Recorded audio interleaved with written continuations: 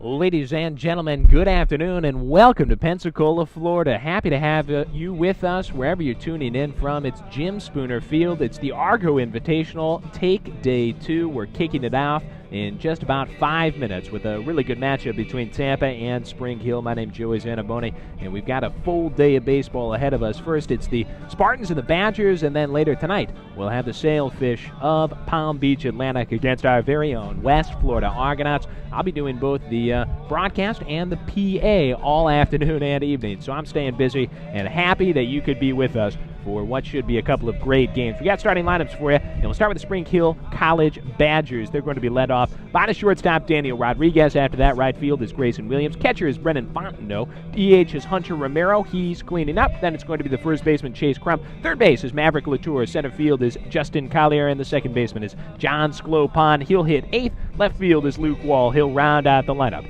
For the fellas who go by the name Badgers from Spring Hill, they'll throw the righty Austin Berrios, number 20. Tampa, they are 1-0 so far at the Argo Invitational. Spring Hill 0-1. Tampa going to be led off by left fielder Stephen Smith. After that, the second baseman Drew Earhart. Third base is Darren Miller. He had a heck of a game last night against UWF, 5 RBIs. He'll play third, hit third. First base is Harrison Bragg cleaning up. Then it's the catcher Danny Servin, the DH Cole Perry, the left fielder Danny Maynard, and the center fielder Nick DeTringo, and the shortstop Brandon Golly at the bottom of the card.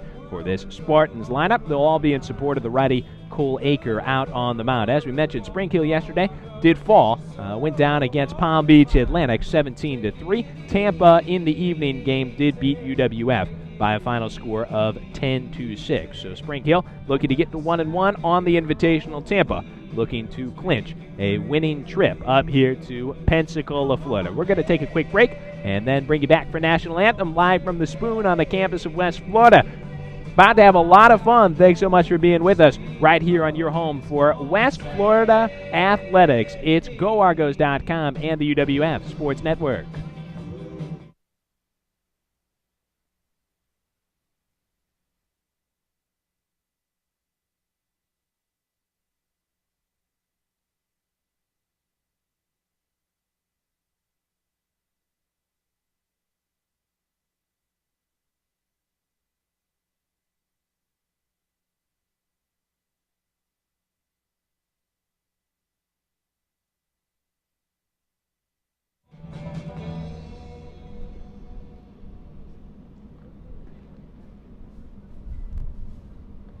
Ladies and gentlemen, welcome to the Spoon. We ask that you please rise and remove your caps as we honor America with the playing of our national anthem.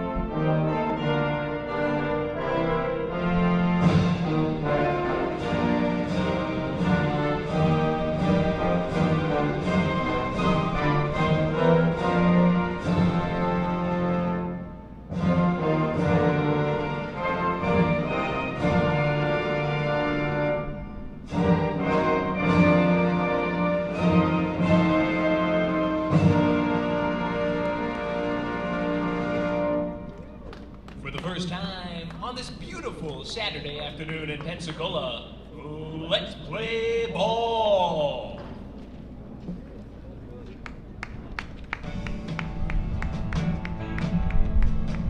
And welcome back to GoArgos.com and the UWF Sports Network. Joey Zanaboni, your man per usual, here in Pensacola for the Argo Invitational. Thanks again for being with us. About to kick it off. It's Tampa and it's Spring Hill. Badgers are going to be the home team here this afternoon. They'll head out to the field. Tampa Spartans getting their first cracks against the righty out there on the hill for the Spring Hill Badgers, Austin Berrios. Tampa in the strawberry red jerseys with the black and white trim. The Badgers, they are in their purple jerseys with the white lettering, the black caps with the purple bills. As we said, it was not a great start yesterday for Spring Hill at the Argo Invitational. They took an early lead against Palm Beach Atlantic, but that quickly disappeared, courtesy of an 8-run third inning by the Sailfish that pretty much put it away before we got too deep into that ball game. Palm Beach, we know they can swing the bats, and the Argos are going to have them a little bit later tonight in the matchup that'll start at 5 p.m. Should be a great game between Mike Jeffcoat's Argos and the legendary Kent Bottenfield's Palm Beach Atlantic Sailfish squad. But right here we've got SHC and we've got Tampa, the number 2 team in the nation, getting loose, getting ready. As we said, we'll be doing the PA here this afternoon as well as the broadcast. So we'll sort of be going back and forth. It's Smith, it's Earhart, it's Miller first up for Tampa. The defense behind Mr. Berrios out there. It's Fontenot doing the catching for him. Latour's down at third. Rodriguez at short. Sclopon at second. Crump at first. Wall Collier. And Grayson Williams left to right on the outfield grass. Right now it's about 72 degrees here in Pensacola. Partly cloudy. It is a little bit sticky out there. And the wind is blowing right to left up to maybe 8 or 10 miles per hour. But all in all, you really could not ask for better weather. Last weekend, we were just deluged with rain in Pensacola. Had to cancel one of our games against Rollins in a double header, and then we were supposed to play a single game. We ended up canceling the single game. But this weekend has just been about as pretty as you can be. Yesterday, it got all the way up to 82 degrees. I said, boy, I should have worn short sleeves out here today to the Old Spoon. Argos and Palm Beach Sailfish, as we said, a little bit later this evening. Right now we've got Spring Hill and Tampa. 1 o'clock, and we are ready to get going. We will bring you all the action right here on GoArgos.com and the UWF Sports Network. Leading off for the Tampa Spartans, left field, number 5, Stephen Smith. And we are off and running. Smith is going to be the first to come up to try to get to Berrios. This guy can throw it. For the Spring Hill team, he's been pretty sharp.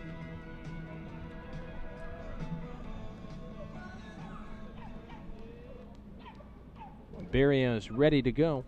Final warm-up toss from the catcher, Fontenot, down to second base. Berrios hails from the great state of Louisiana, from Madisonville, Louisiana. Biology major at Spring Hill. He comes on the first, and Smith pops him up foul left side. That one's going to get out of play. Opening pitch comes in at 1:01. Mr. Berrios, 6'2", went to high school at St. Paul's School. Last year, pitched in 17 games, went 4-5 with 1 save for the Badgers. Here's a line drive through the right side, and Stephen Smith immediately gets the fellas from Tampa on the base pass. Now batting for Tampa, number 2, second base, Drew Earhart. Earhart going to try to keep the carousel going for a Spartans team that did tag us for 10 runs yesterday on 11 hits. They really had the bats going early in the game. As it went on, Argo pitching was able to adjust. Here's a ball in the dirt, thinking bunt maybe was Earhart. Drifts away from the catcher, but not far enough away from Fontenot for Smith to push his luck. Tampa, number 2 in the nation. Collegiate baseball poll released December 20th. They've also been ranked number 5 by the National Collegiate Baseball Writers Association. Berrios comes again, thinking bunt was Earhart. He pulls it back, but that one goes through the zone. This Tampa side, we know they can swing the bats.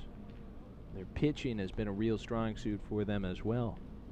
Yesterday they had their ace, LeBron, going out there. He cruised through the first 4 frames. Argos were able to get to him in the 5th, knock him from the ball game, but His team can really throw it. And here, how about this? Barrios throws it to first, and he catches Steven Smith, who kind of half dove back, and momentum just kind of stopped. He ended up stopped there on the dirt and was tagged out by Crump. Unorthodox way to get the first out, but in Spring Hill they do get it. Earhart now batting with the bases empty. This guy is known to fill the base paths. He's hitting .379 this year. He's got 11 hits, but no walks. Takes one up the middle, and there's a line drive out to center field. Finds its way to greener pastures. Earhart back on first base, 1 out, 1 on, and that'll send up. Now at the plate, number 10, third base, Darren Miller. Miller had himself an evening to remember yesterday here at Jim Spooner Field. Had a 2 RBI double early in the contest against the Argos. That was in the third. And then in the fourth, he had a home run to pick up 3 more RBIs. The 5 RBI total were a career high for this well-regarded senior. He takes outside low, does Miller. Hitting .393. Blast last night was his first. He's up to 12 RBIs. 1-0 the count, 1 out, man on first. 2 hits already in the game for the Spartans, but the pickoff by Barrios does loom large. I know this Badger team would love to post up an early 0 against a Spartan club that does average 6+ runs per game. Miller takes over the outside corner on 2-0. He's going to 2-1.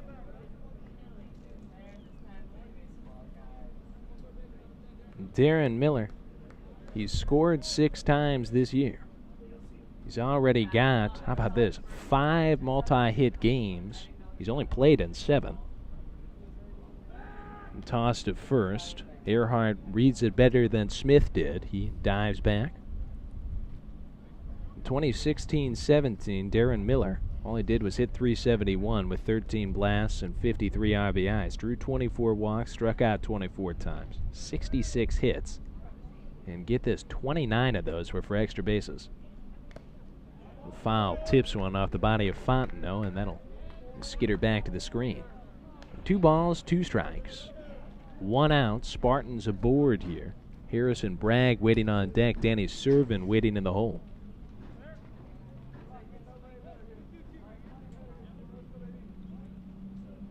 Miller from Key West High School, Key West, Florida. Coached by a former Tampa player down there at Key West High. There goes the runner. Fly ball, right center, on the move Collier. Gets back, gets under, and makes the squeeze. Having to retreat as Earhart. Long, scary fly off the bat of Miller. But the ride comes to an end in the glove of Collier. That's going to send up. Now batting, number 23, first base, Harrison Bragg. Harrison Bragg to the plate. We were talking about it a minute ago. Miller did play for a former Tampa player down there at Key West High School. That was Miguel Menendez, who's the head coach at Key West High School. Harrison Bragg was the only Spartan without a hit yesterday against the Argos. He's trying to get on track here at the Argo Invitational. Barrios looking like he might work his way around 2 hits. Starts a little chess match against Drew Earhart. Gives the washing machine a little work, diving back. Barrios off the body in the set. Misses upstairs. That one didn't break quite the way he wanted it to. 1-0, Harrison Bragg. He looks like a cleanup hitter. 6'4", 230. Senior from all the way in Lakewood, Washington. Used to play at Mississippi State. He's done a little work at Tacoma Community College as well. Delivery from Barrios, and this one is taken back to the screen. And Bragg had a ball and a strike. As a junior at Mississippi State, he did hit .290, 3 home runs, handful of doubles, 10 runs scored. Spent his first couple of years of college ball at Tacoma Community College. Hit over 300 each of his 2 years there. And counts his hometown as Lakewood, Washington, but originally he's from the Mile High City, Denver, Colorado. 1-1. And he slashes this one out to left, falling fast. It gets down in front of wall. He'll grab it around the chalk, and that's 3 hits, now 2 aboard in a 0-0 game for the Tampa Spartans, with the catcher Danny Servin coming to the plate. Now batting for the Spartans, catcher number 44, Danny Servin. Servin with first and second. Tampa, they've had no problem getting on, trying to cash in against Barrios here early. Base hit by Smith, but he was picked off. Earhart with a base hit. Miller flies out. Bragg gets a single. Barrios deals home. And the first one misses the inside corner. Was looking to skim it for Mr. Servin. No luck. And Barrios, 2 appearances, 2 starts prior to today. 6 frames, 6 hits, 2 runs. It was earned. Doesn't strike out a lot of guys. 3 strikeouts versus 6 walks. 6 walks over 6 innings. Obviously not what you want to see, but so very early in the season, and his ERA is just 1.50. Does a good job to bend but not break. He's tossed against Auburn Montgomery and Montevallo prior to today. Falls behind against Mr. Servin here, 2-0, 2 away. Crump way behind the runner at first. Pitch comes. Servin reaches, bounces it to third, and Latour will take it himself to the bag. Fielder's choice, 5 unassisted. Does wrap up the inning. 3 hits, no runs, 1 left on for Tampa. We're headed on to the bottom half of the first. Scoreless here at the Spoon. We'll be back right after this.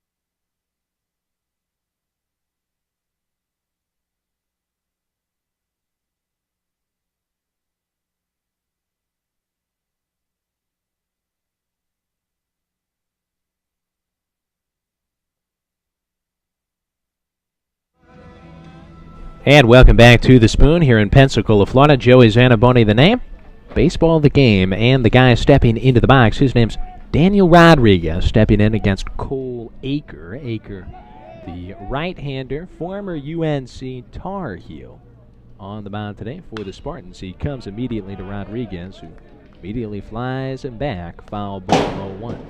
Aker, 6'2", 190, a junior from Kernersville, North Carolina, went to Northwest Guilford High School. Played at UNC for a couple of years before transferring to Tampa. Comes with the breaking stuff, but misses indoors. It'll be 1-1. Aker, a sport management major in his 3rd start of the season. So far, he's been good. 1-0, 7 2/3, 3 strikeouts. Like Barrios, isn't going to rack up a ton of strikeouts. ERA is 4.70. Good, not great. Last year at UNC, he really showed he could pitch it. Finished 1-1 with a 2.12 ERA, 17 frames. 2 balls and 1 strike now to the shortstop Rodriguez. Righty comes, and Rodriguez is going to lift this one into the gray sky. Tracking back is Golly, the shortstop. Coming in is Smith, and it will be Steven Smith who makes the play. Fly ball to the left fielder. 1 out for the Spring Hill College Badgers. That'll send up. Now at the plate, number 8, right field, Grayson Williams. Williams, with the bat in his hand. Spring Hill is a ball club. Offensively, they have struggled this year, 236 in the average department. Getting a strike through his Aker. Williams, he's been a bright spot for them. Second highest average on the team at 333. Takes way inside. Nothing he could do with that. Williams 7 for 21 so far this season with 3 runs scored. Yesterday against Palm Beach was 1 for 3 with a run. Aker working from the wide, holds it in front of the chin, over the head, old school style. Comes with the pitch, and Miller gets a little work at third base. He gloves on the hot grounder. Grayson Williams put away, no trouble at all. 5-3 on the put away. That'll send up. Now batting, catcher number 16, Brennan Fontenot. Brennan Fontenot, if Grayson Williams has been a bright spot, then Brennan Fontenot is the sun for this Spring Hill College team. Hitting a scintillating .458. He did go deep yesterday for his first home run of the season. Fontenot takes the first for a ball, 1-0. Defense behind Aker, it's Miller at third. He just made the play. Golly is at short. Earhart at second. Bragg at first. Servin behind the plate. Smith, DeTringo, and Maynard. Left to right on the outfield grass. A lot of familiar names if you tuned into our ball game yesterday evening. I believe the only 2 players who did not play yesterday against the Arcos. Aker, of course, who's doing the pitching, and Maynard, who's out in right field. 0-0 game. Tampa got 3 hits in the top half of the first, but could not cash in. Had a runner picked off into a fielder's choice with 2 aboard to end the square. Aker comes. That was mighty nasty. Bends it through. Ball and 2 strikes. I don't know if the look of incredulity from Fontenot was about the call. I think he might have thought it was a little low, or just the path that ball took. Really impressive.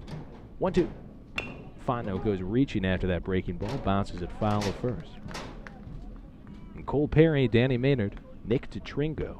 Anybody reaches Brandon Golly for the Tampa Spartans. They are the visitors officially for this first game of a twin bill today. Later tonight, Palm Beach Atlantic and our very own UWF Arcos at 5 o'clock. Aker trying to send us to the second. Missing low with the fast stuff. If you're in the greater Pensacola area, don't be afraid to stop by the University of West Florida. We got plenty of action all over campus today. Basketball teams with senior day starting at 2.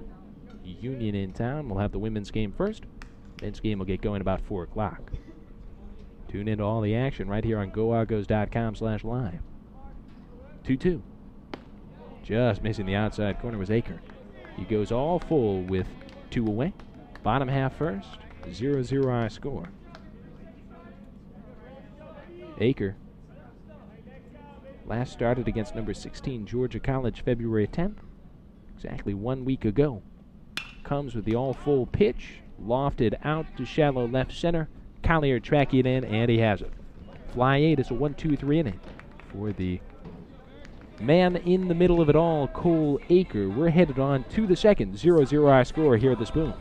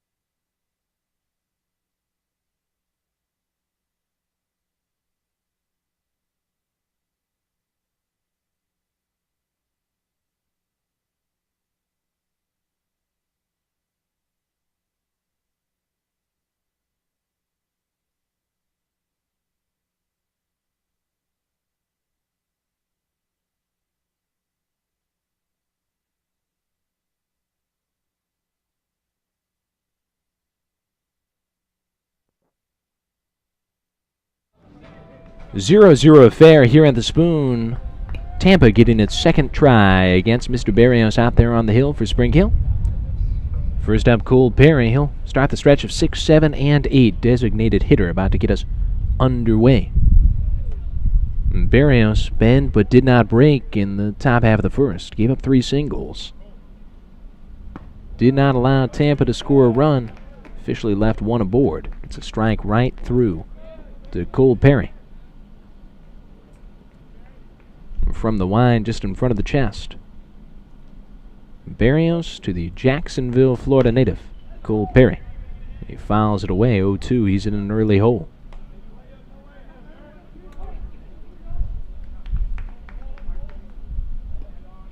And Perry from St. John's River State College. Played there for his first couple of years of college ball. Last year hit .246. Freshman year hit .304. Also an alum of Atlantic Coast High School. Played down there for Joel Davis. And Barrios, a 2-strike offering. And Perry will fight it off. And Cole was picked in the 7th round, His father was picked in the 7th round of the 1983 MLB draft by the Cleveland Indians. And Perry is 6 foot 215. Through 6 games has hit .444. Stands toward the front part of the box, right-hand side. Barrios gets him to check a swing. Did he commit? Yes, he did. On appeal, it's a strikeout for Mr. Barrios out in the middle of it all. That's his first strikeout, and it will send up. Now batting, number 15, right field, Danny Maynard. Nick DeTringo on deck. Maynard moving into the box. Another righty to face off against Barrios.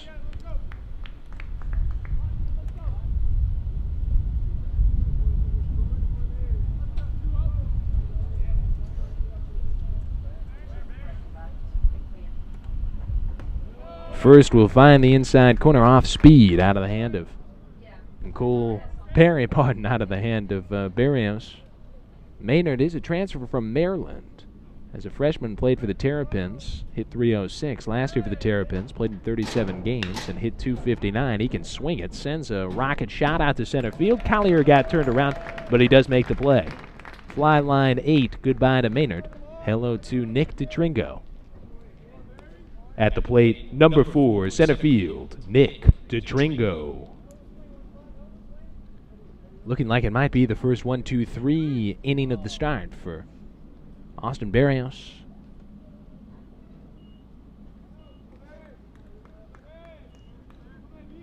Barrios, opponents hitting .261 against him coming into play today.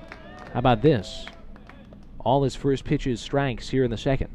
Looking sharp. Went 4 earlier in the season against Auburn Montgomery. Gave up just 1 run, 4 hits.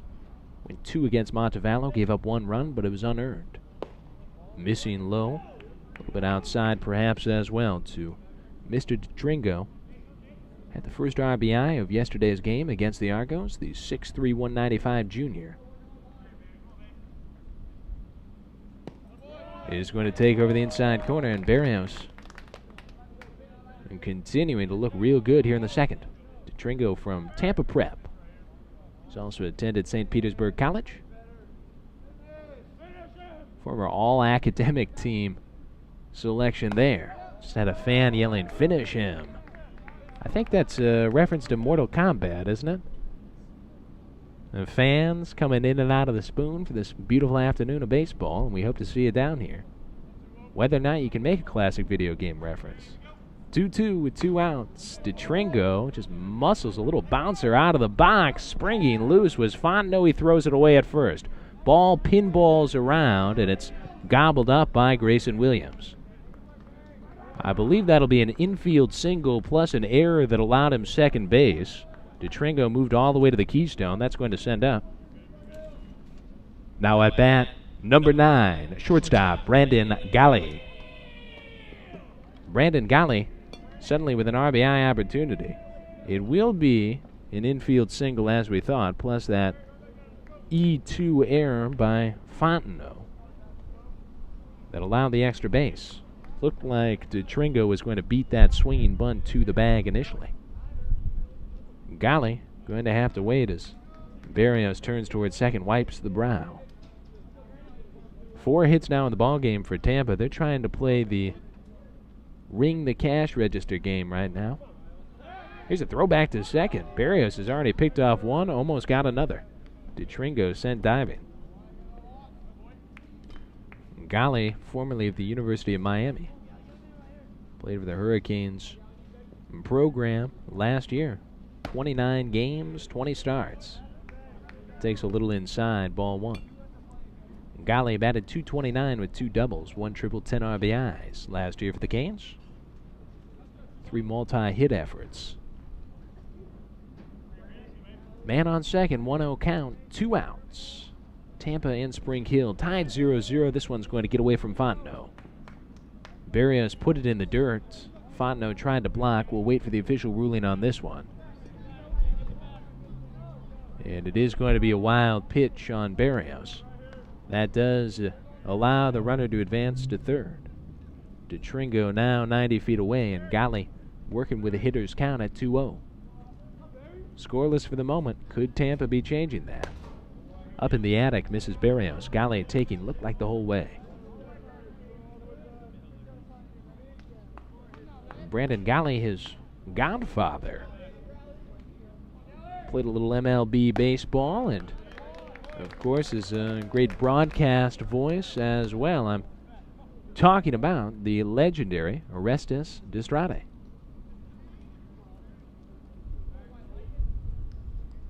A 3-1. Golly just took for a clear ball. Godfather is the voice of the Tampa Bay Rays, is God's son. Playing for the Tampa Spartans, draws the 5-pitch walk. Berrios maybe a little rattled after the infield single and error. Makes it 2 aboard. Men on the corners 4. At the plate, number 5, left field, Stephen Smith. Smith singled to start this ball game, was later picked off of first, though. Has to wait as Fontenot goes out to get on the same page with the righty starter.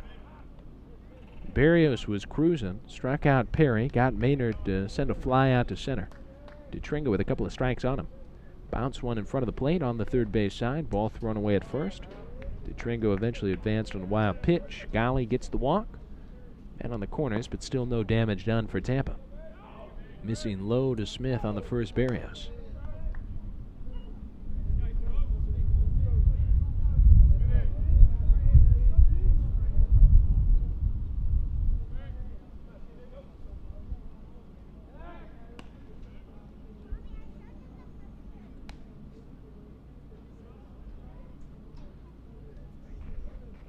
Berrios, he has been very concerned at times with these base runners. Got that early pickoff and continues to throw over to first base. Golly getting back, and it looks like the third base coach for Tampa is maybe seeing a little balking action here from Berrios. Says he's doing a little O-lane there on the mound.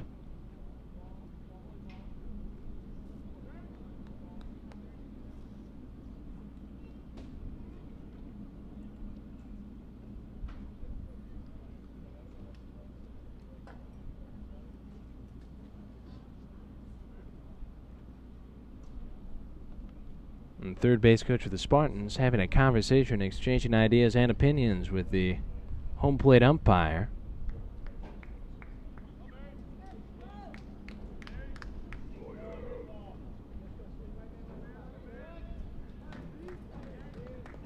And we'll reset. We'll see if this affects Berrios at all.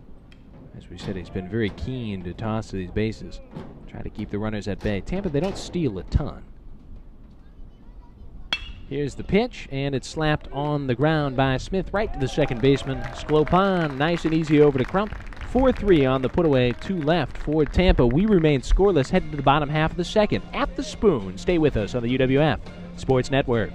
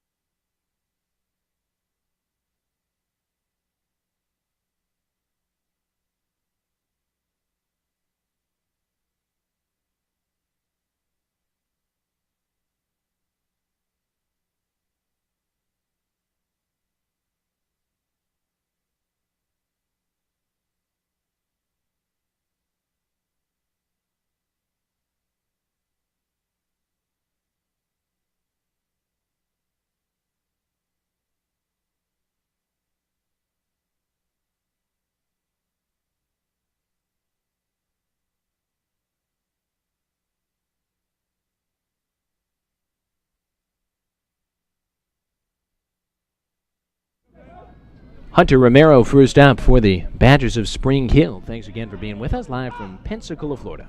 My name's Joey Zanaboni. This is the UWF Sports Network. 0-1 here on Hunter Romero. Chase Crump and Maverick Latour to follow. After that, we'll have Justin Collier. If anybody can get on for these Badgers. 0-0 game. Badgers trying to reach for the first time. Miller on a bounce goes to his left, and the third baseman looking nice and smooth once again. That's his second assist. Puts away Hunter Romero, and that'll send up. At the plate, number 25, first base, Chase Crump. 4 up, 4 down so far for the Tampa starter Cole Aker. He's gotten 2 groundouts, 2 flyouts, facing off against the left-handed hitting Crump. Righty deals, and Crump swings right through. Out ahead of both with swinging strikes, Aker here in the second. And Crump hitting an even 200 this season, 2 for 10 with 2 runs scored. He'll take on the outside corner. 0-2, Aker chasing after that first strikeout. And Crump with a double, an RBI, and 3 total bases this season, 4 walks, 1 hit by pitch. He struck out 3 times. Aker would love to make that 4 for him. 0-2 was curving toward that outside corner, just a little bit out of its lane. Some oohs and ahs there from the crowd and from the dugouts. 1-2, Aker comes to Crump, and Crump fouls off the fast stuff, setting him up for that low inside fastball, and Crump did what he could with it. Spring Hill yesterday against Palm Beach Atlantic scored 3 runs on 7 hits. I believe the majority of those hits came in the first 2 innings. They scored 2 of their 3 runs in the first 2 innings. Crump bounces one toward Earhart, charging in. It's in and out of the mitt. Shovels to first, and he got him. Chalk one up to it's not how you start, it's how you finish. Earhart completes the 4-3 with the help of Bragg. That's going to send up. At the plate, number 4, third base, Maverick Latour. 5-3 and 4-3. Both balls hit on the ground. Tampa, they've got Aker in position for another 1-2-3 square. It'll be 2-3 and 4, the pulse of the order for this Tampa squad when they come back up against Barrios. Another first pitch strike here from Aker. Latour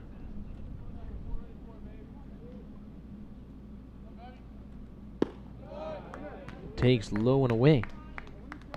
1 ball, 1 strike on the junior from Folsom, Louisiana. North Lake Christian School alum. Latour, an infielder who stands at 6 foot tall, playing at third base. He also plays some shortstop. On the inside corner, Aker takes him to Cliff's edge. Latour, 2 multi-hit games this season. Yesterday was 0 for 3 against Palm Beach. Swings and misses at a breaking ball, and it's another 1-2-3 for Aker. After 2 complete, it's 0-0 at the Spoon. We'll be back with the start of the third right after this.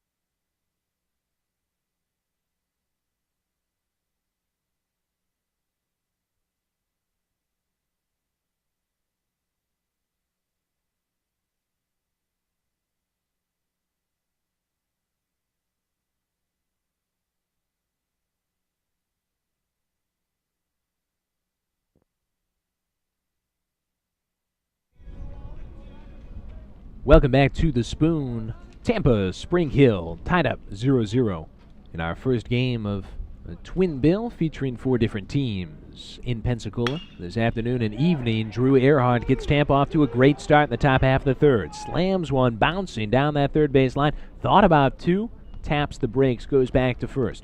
Earhart with a lead-off single, and credit Wall with a fairly strong throw to keep him at bay. At the plate, number 10, third base, Darren Miller.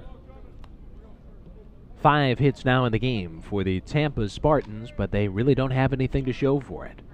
They've gotten a man to third, but no further than that.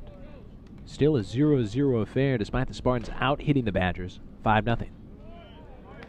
Spring Hill, they're trying to stay around against a Spartans team that yesterday, starting in the third, then continuing into the 4th and 5th, posted 10 runs against West Florida over 3 innings.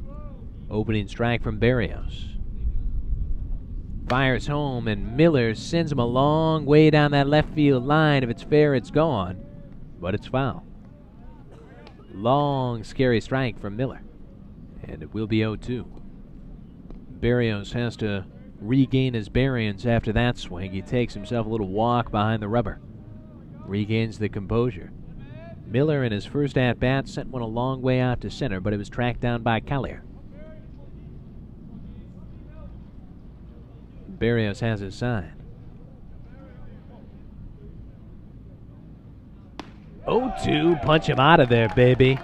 Abstract expressionism. Painting like Jackson Pollock in 1953, right on the outside corner. Miller is history. That'll send up. At the plate, number 23, first base, Harrison Bragg. I am doubling as the PA man for both games today. So if you keep hearing me turn away from my headset microphone for a second, don't think your computer is broken. Introducing these players here at the Spoon. Happy to do it. Some great ball clubs out here this weekend. Of course, the number 2 team in the nation. Tampa, always a pleasure to see them play. They've had 7 players from their program advance to the major league level. We were talking about it last night a little bit if you were with us for the UWF ball game, and I said off the top of my head I can name 2.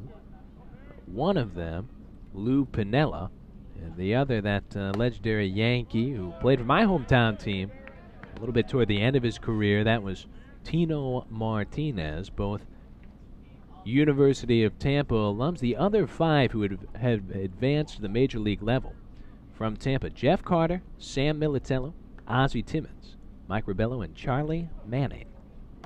Berrios runs on way inside to Bragg, and he takes a half step away from the plate to get out of the way. Last year that a Tampa alum played at the major league level, or pardon, debuted at the major league level, was 2008. Of course, they had 7 players drafted last year, and 9 overall signed with major league teams from that great outfit they had in 2017. So it might not be long before they're back debuting at the big league level. Bragg sends one way out to left center. How about that catch?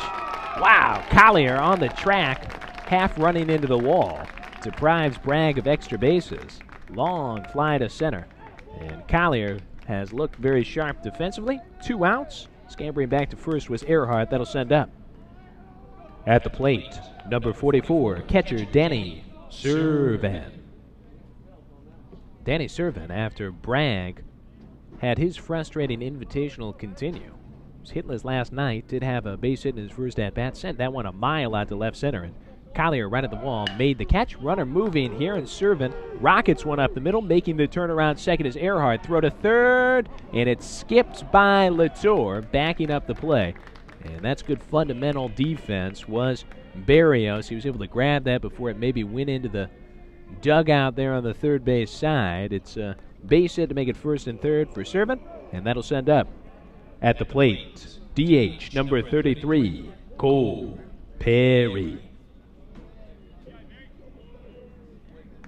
2 base hits in the frame, sandwiched in between the 2 outs. A strikeout and a flyout. Earhart started the frame with a single. Servan with a base hit now to move him all the way to third. He was off and moving with the pitch. That is going to get a visitor from the Spring Hill dugout out. Head coach of the Spring Hill side, of course, is Frank Sims, who's in his 32nd season. Andy McCall, 4th season with Spring Hill. He's an alum of Spring Hill, played for the Badgers, and graduated in 2010. Graduate assistant Corey Thompson, Michael Jerome, and Alex Jones assisting the head man Frank Sims. I think that's Andy McCall. Gone out there to talk briefly with Barrios. Sticky situation. Cole Perry coming to the plate for Tampa. First and third, second straight frame. Tampa's advanced as far as third. We're here in the top half of the third. 0-0 our score, despite Tampa out-hitting Spring Hill 6-0. Spring Hill also has an error in this ball game, the only error of this ball game. Check swing, weak roller, left side, grabbed by Latour and a sliding stop. He throws to first, not in time. Tampa's going to take the lead on an infield single RBI that does score Earhart from third. Perry picks it up. Danny Maynard coming to the plate with first and second. Now at the plate, right field, number 15, Danny Maynard.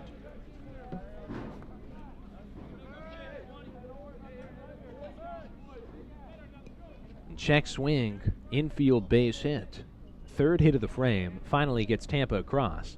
Still ducks out of the pond for Danny Maynard. First comes in and way low. Good job by Fontenot just to slide over and stop it. Prevent any procession for these base runners. The RBI for Cole Perry. Not the most orthodox of ways to get RBIs, but he'll certainly take it. And for him, that is his first ribby of the season. Here's a bouncer toward third. Foul ball and grabbed with the bare hand there by the third base coach, who I believe is the head coach, Joe Urso. 1 ball, 1 strike. Maynard, 0-1, 0-4-1. With a fly line out to center field. Detringa's waiting on deck. Crump playing way behind and guarding the line. Perry at first. Righty comes and drops it away from the bat of Danny Maynard. Went reaching after that. 1-2 here with 2 outs. Fellas from Tampa left 2, also had 1 picked off in the first. They left a pair in the second. Barrios wants to inflate their left on base total to 5 here through 3 trips out to the rubber. Spring Hill still right in this one. Tampa obviously favored, but Badgers hanging around. Barrios, the 1-2, just misses. Outside, just off that corner, squeezed by Fontenot. Deuce is wild. 2 balls, 2 strikes, 2 outs, 2 aboard. Tampa looking for a 2-0 lead. They'll settle for the tally advantage right now. 1-7-0 for the Spartans. Barrios deals. 2-2, swing and a miss. Breaking ball, drops it off the table. And Maynard goes away. 2 strikeouts in the frame for Barrios, but Tampa on 3 hits. They take a 1-run advantage. We're going to the bottom half of the third. We'll meet you there right after this on the UWF Sports Network.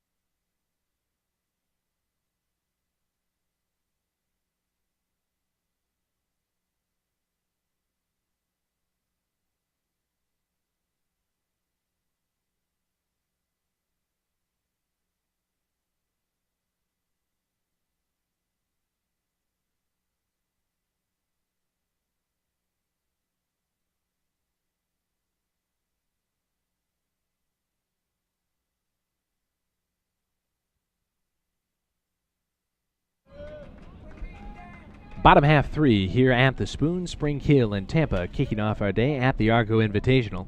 Tampa with a one-run advantage. With 7 hits, you might expect it to be a little bit larger than that, but Spring Hill, led by Austin Barrios, has done a good job to limit the damage. Collier leading off now for the Badgers against Akers. He's been automatic so far. Half a dozen faced, half a dozen put away. 1-0, and he's hit hard here by Collier. Left field. Going back is Smith in front of the College View sign. He's able to grab it and then able to brace himself as he ran into the wall. Long out, but an out nonetheless. Collier goes away. That's going to send up. At the plate for Spring Hill, number 3, second base, John Sklopan.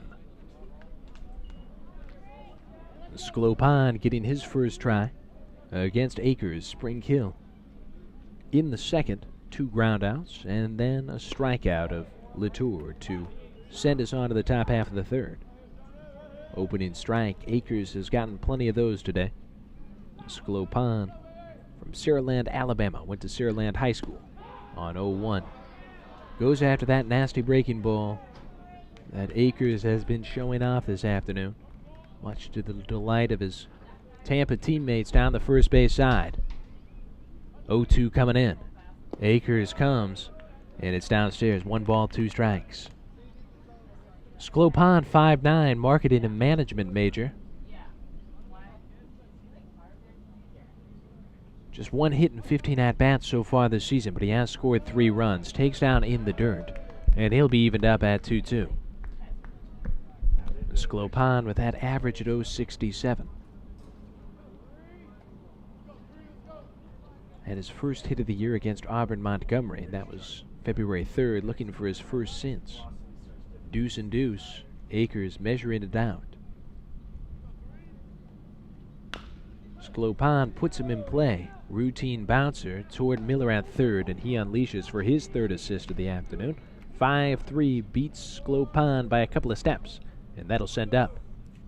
At the plate, number 6, left field, Luke Wall. Last man to come up to face off against Akers. The leadoff man on the card, Rodriguez, about to turn the order over. Wall from Hayden, Alabama. Went to Coastal Alabama South Community College before heading to Spring Hill. Fastball by Akers right down Main Street. No balls, 1 strike.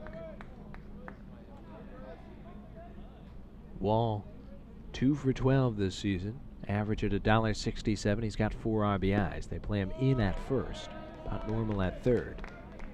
1 ball, 1 strike here on Wall.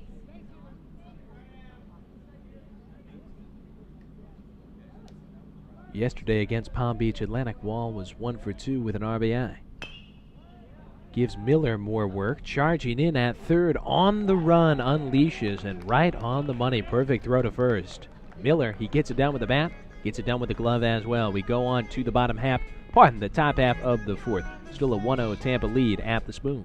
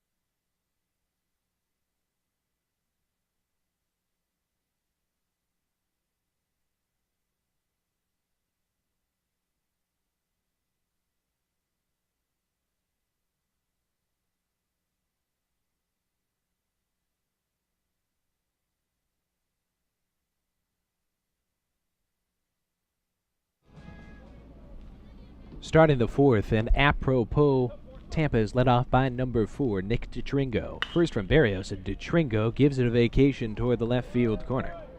Travel agent books him in foul territory, though. DeTringo behind 0-1. There have been more than a few of those today, haven't there? Balls just positively slammed and end up just a little bit foul. DeTringo out in front. Golly to follow him, and then it'll be Steven Smith, the top of the order for this Tampa team that does lead 1-0. A 1-0 advantage on 7 hits. No errors for them. Breaking ball by Barrios sends DeTringo ducking. All even at a ball and a strike. DeTringo had the infield base hit. Advanced to second on an error by the catcher in the second. Ended up stranded on third after advancing on a wild pitch. 1-1 from Barrios. DeTringo sends it up high onto the 4th and 5th levels of the grain silo, and it'll come down in the glove of Rodriguez. Pop 6. Barrios has now put away the leadoff man in 2 of 4 innings. At the plate for Tampa, number 9, shortstop Brandon Golly. Brandon Golly coming to the plate. He drew a walk, ended up as 1 of 2 stranded in the second for Tampa. They've done quite a bit of leaving aboard here in the game. I've got them down for 5 left. Breaking ball gets Mr. Barrios out in front of Golly. As we said, Godfather is Orestes Destrade, former MLB player, former ESPN Baseball Tonight analyst. And as far as I know, still with the Tampa Bay Rays. Might have to double check on that. Not sure if he's still in the booth for them, but I know as recently as a couple of years ago. A few years ago was with Orestes. Orestes was with them. 0-2, 2 up to Golly. And outside, it will be 1 ball and 2 strikes on the shortstop.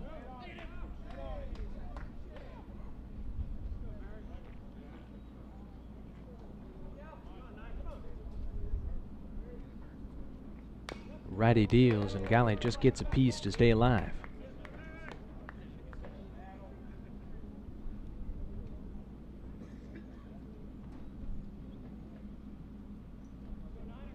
One ball, 2 strikes, 1 out. Top half of the fourth. 1-7-0 for the Tampa Spartans. 0-0-1 for the Spring Hill Badgers.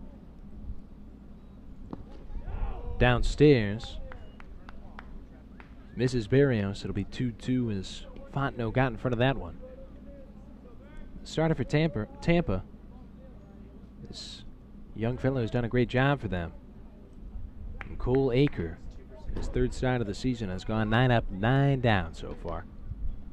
Righty delivers, and this one is foul tipped by Golly. He's certainly given the fans their money's worth with this at-bat. Battle continuing between him and Barrios, who's going to exchange. He wants a new ball, and he will get it. Grabbed it off the backstop and flipped it to the home plate umpire.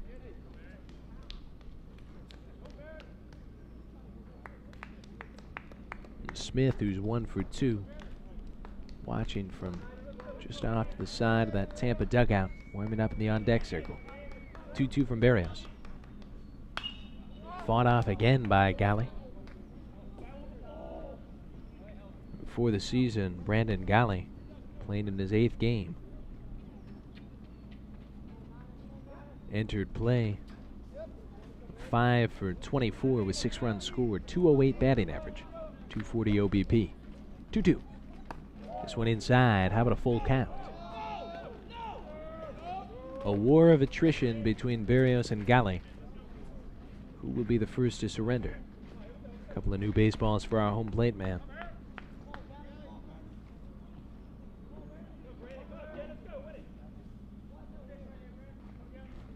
Payoff pitch.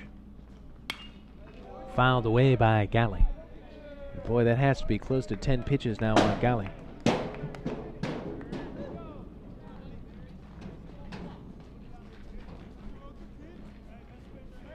Foul balls galore, and we're still all full.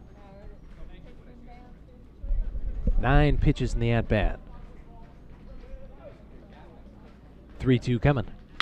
And Gale slams it out to left field. Well struck, but with a break on at wall, he gets back and makes the play. Line 7, Gale gone. That turns the lineup card over to, at the plate, number 5, left field, Stephen Smith. Stephen Smith entered play today with a .484 batting average. 1 for 2 in the contest. He's the only Tampa player who, prior to today, had registered over 30 at-bats. 4 RBIs, a double, 15 hits. That's up to 16 with a single in the first. He bounces one toward the first base bag. In front is Crump, and he goes to the base himself, 3 unassisted. Goodbye to Smith. A 1-2-3 inning for Berrios. His first 1-2-3 inning. We go to the bottom half of the 4th. It's a 1-0 Tampa lead at the Spoon.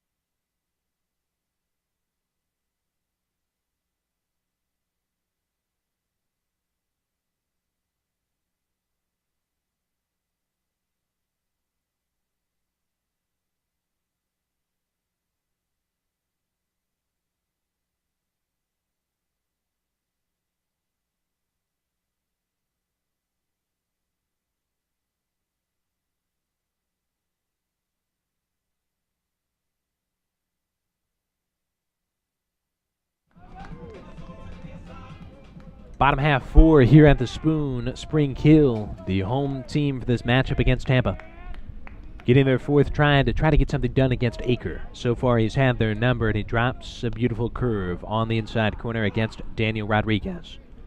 9 up, 9 down so far for the former UNC Tar Heel. He'll take his time with the 0-1. More breaking stuff, goes down to the dirt. 1-1. Rodriguez flew out to left as the first batter of the game for the Badgers.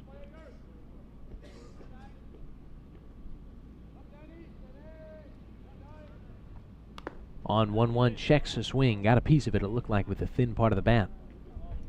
It'll be 1 ball, 2 strikes here. I think that might have clipped a little bit of our home plate umpire. He'll take a walk, or at least clip the catcher, Servin. Servin goes out to have a little word and regain his composure. Aker, we will see how far he is able to go in this ball game. He's been just excellent so far. Last night, his teammate David LeBron allowed just 1 hit through 3 innings, but then he ran into some trouble in the 4th, and part in the 5th, when the Argos were able to get to him for 6 runs. Just missing the outside corner. Plenty of movement to it. Aker now at 2-2. With Daniel Rodriguez. Deuce and deuce offering. Fastball taken high in the air, left center. Got under it. DeTringo gets back into the gap, and he makes the play. Fly 8 off the bat of Rodriguez in the bottom half of the 4th. Starts with the first out. At the plate, number 8, right field, Grayson Williams. Latest number that I've seen for Aker, 35 pitches, 23 strikes. 1 strikeout, no hits, no runs surrendered, 3 frames. He's gotten it done with 3 flyouts. 5 groundouts as well. Just 1 strikeout, but that's not really his game. They do put it in play against him. Good luck finding somewhere to put it, though. Aker outside low, snared by Servin. Ball and a strike on Williams, who hit out 5-3 to Miller. One of his 4 assists in the early part of this game.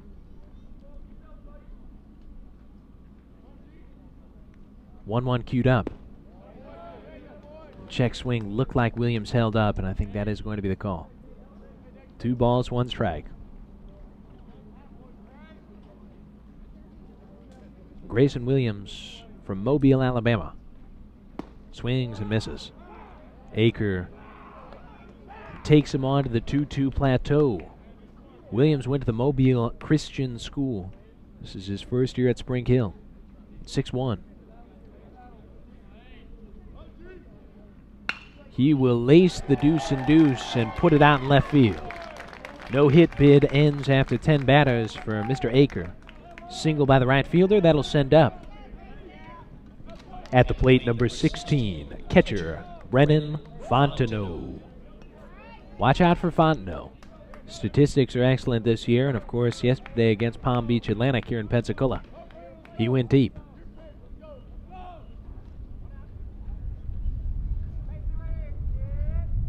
His home run was the first home run hit at Jim Spooner Field in the 2018 season yesterday.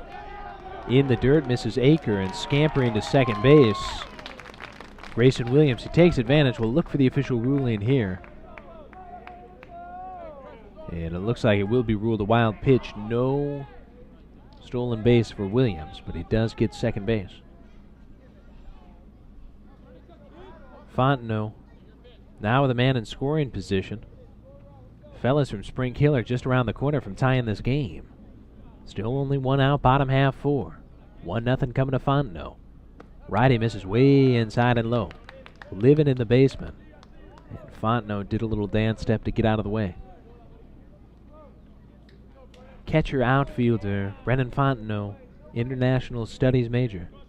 From Central High School, Greenwell Springs, Louisiana. Last year, a SIAC All-Conference first-team selection. 33 games, 31 starts last season for the Badgers. 2-0, and he takes one off the thin part of the bat. Foul on the left side, 2-1.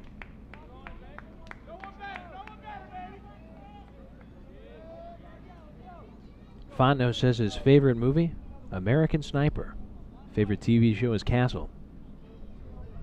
Favorite professional athlete, the legendary and still playing Yadier Molina. 2-1 on the tracks. Fontenot skies one more or less straight back, and that's the kind of foul ball that makes me happy. I parked on the furthest side of the parking lot, the furthest spot I could from home plate. Windshields in danger here. 2-2, 1 away. Fontenot with a man on second here in the bottom of the 4th. His team down 1-0. Aker in his first sticky situation, and he gets Fontenot. Dropped that one off the table, dropped it off the counter top, dropped it all the way into the basement, and now it's up to Hunter Romero. At the plate, number 33, DH, Hunter Romero. Fontenot fooled, and that is a huge second out for Aker. If you're joining us, maybe from Tampa, or you're supporting Tampa, you can breathe just a little sigh of relief with the guy hitting almost 500, Fontenot, back in the dugout. Romero, though, this guy can swing it as well. Takes inside. Aker, for a while there, it seemed like every first pitch he was throwing was a strike.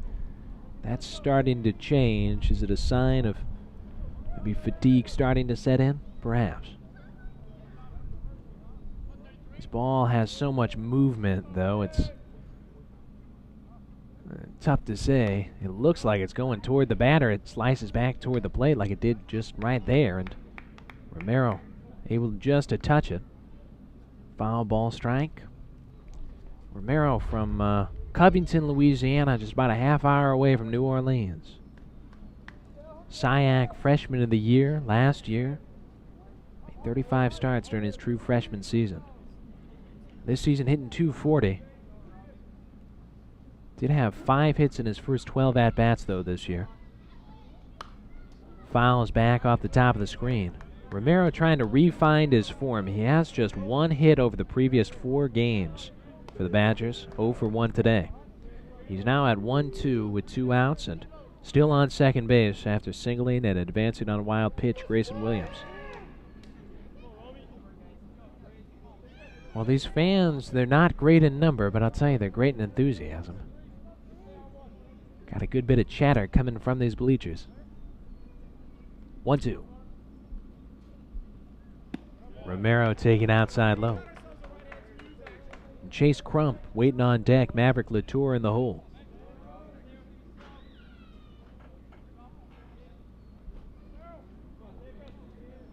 Romero yesterday against Palm Beach, 0 for 5.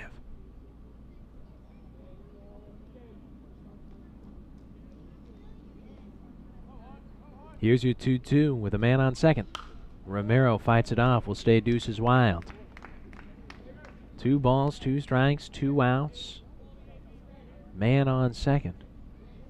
Spring Hill looking for its first run. Earhart playing a step or 2 back on the grass.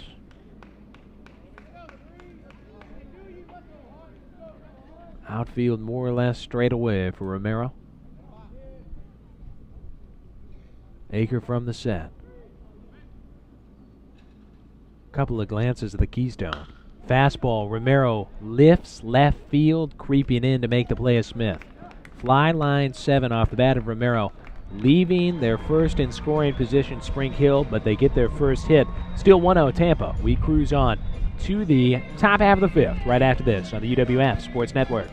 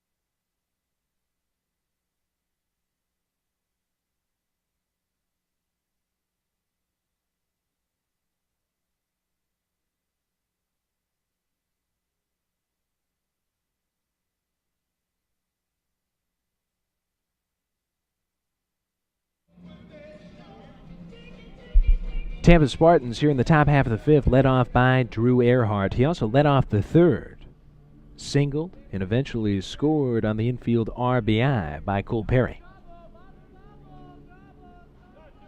Earhart ready in the right-hand side. Berrios, who had his first 1-2-3 in the 4th, gets off to a rockier start here in the 5th. Hit him with a breaking ball in the back. Didn't look like it stung too badly. Earhart goes down to first. That'll send up. At the plate, number 10, third base, Darren Miller. Harrison Bragg moves on deck. Miller now at the dish. The guy who's looked so sharp defensively at third has had a rougher day with the bat. Last night was all over the place in the RBI department. Today he's 0 for 2. Takes a massive cut and just fouls away, sweeps it toward that Spring Hill dugout on the third base side. If you're just joining us, 1 run, 7 hits. No errors right now for the Spartans. No runs, 1 hit, 1 error for the Spring Hill Badgers. They got their first hit off of Aker in that bottom half of the 4th. Got a man into scoring position. That was Grayson Williams, but could not bring him home. 0-2 on Miller. Flew out to center in the first and struck out looking in the third.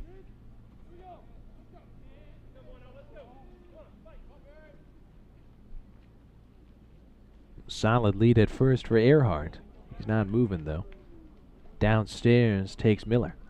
Earhart was moving on a pitch to Danny Servin. That Servin singled on in the third. Earhart advanced all the way first at third to set up the infield single RBI opportunity for Perry. Berrios. The 1-2. Way outside.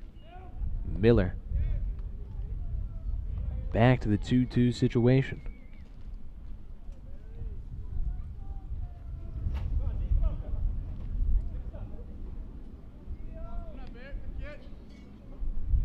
Berrios serves up. Inside low. How about this? Had Miller behind 0-2, but all of a sudden, we've got a full house, 3 balls, 2 strikes. There is a man starting to do a little short tossing in the pen for Spring Hill. Berrios, the full count delivery. Moving is Earhart. He'll have to go back, just exercise for the man on the base paths. Miller got a tiny piece of that one and sent it back to the screen. I've got Berrios down right now for just about 60 pitches. 2/3 of those have been strikes. 60 pitches through 4 frames. He has had to work. Not manual labor, but he's broken a sweat. Earhart moving again. Miller going to be moving as well. Slashes this one into the left center field gap. Cut off by Collier. No, it's not. He misplayed it. Earhart headed home, and Earhart is going to score. Going to be a base hit, but no RBI for Miller. He advanced to second, and Earhart went home as Collier misplayed that baseball out there in left center field. Backing up the play, I believe, was Wall. And just like that, it's a 2-0 game. Tampa with Miller on second. At the plate, number 23, first base, Harrison Bragg.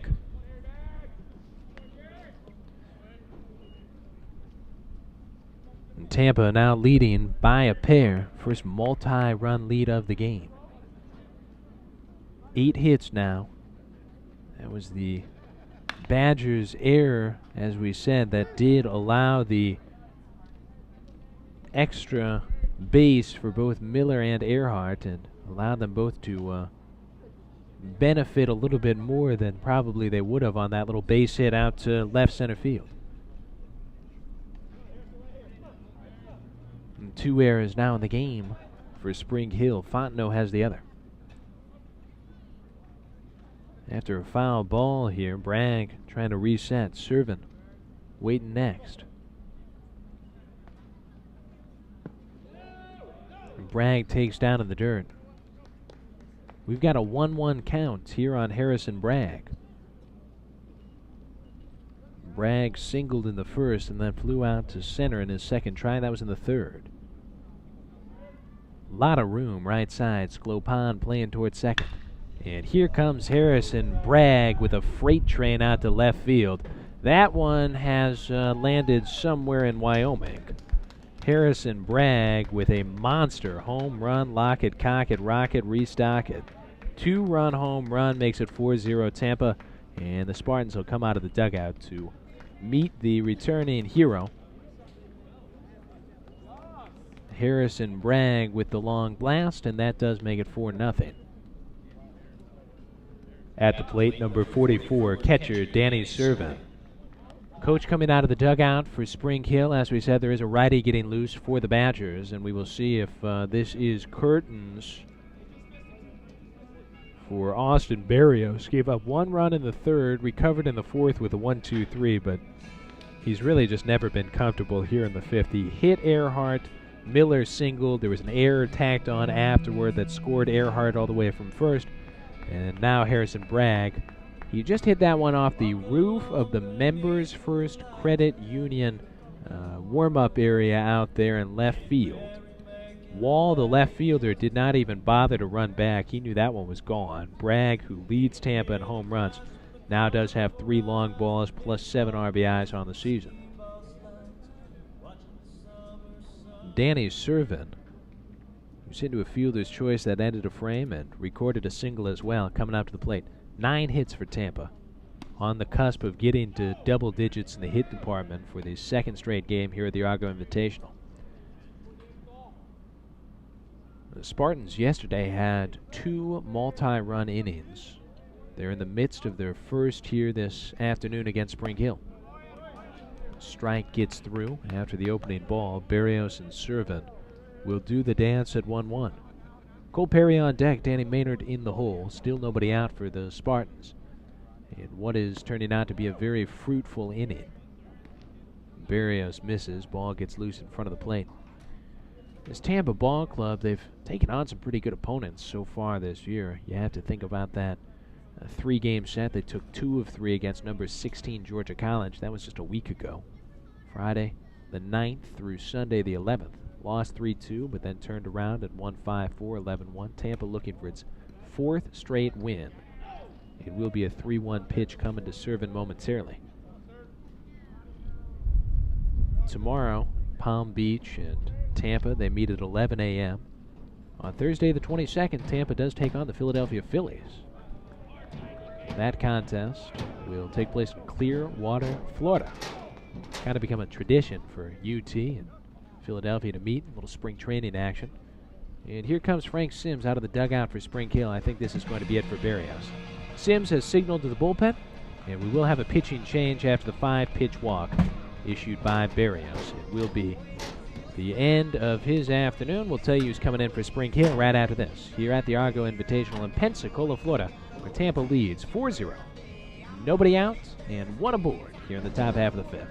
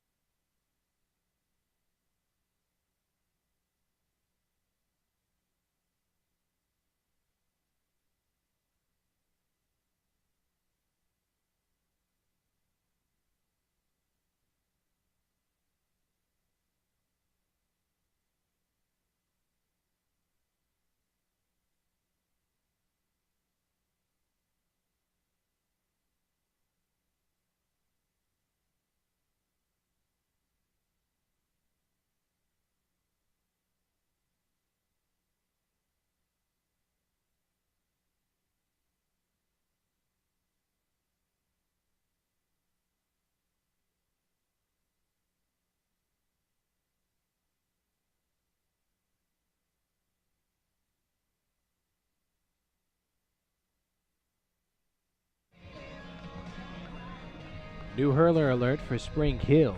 Number 23, Lucas Kunkel, now on the mound. He's, well, from not too far away from my hometown of St. Louis, Missouri. He's out there in Eureka, Missouri.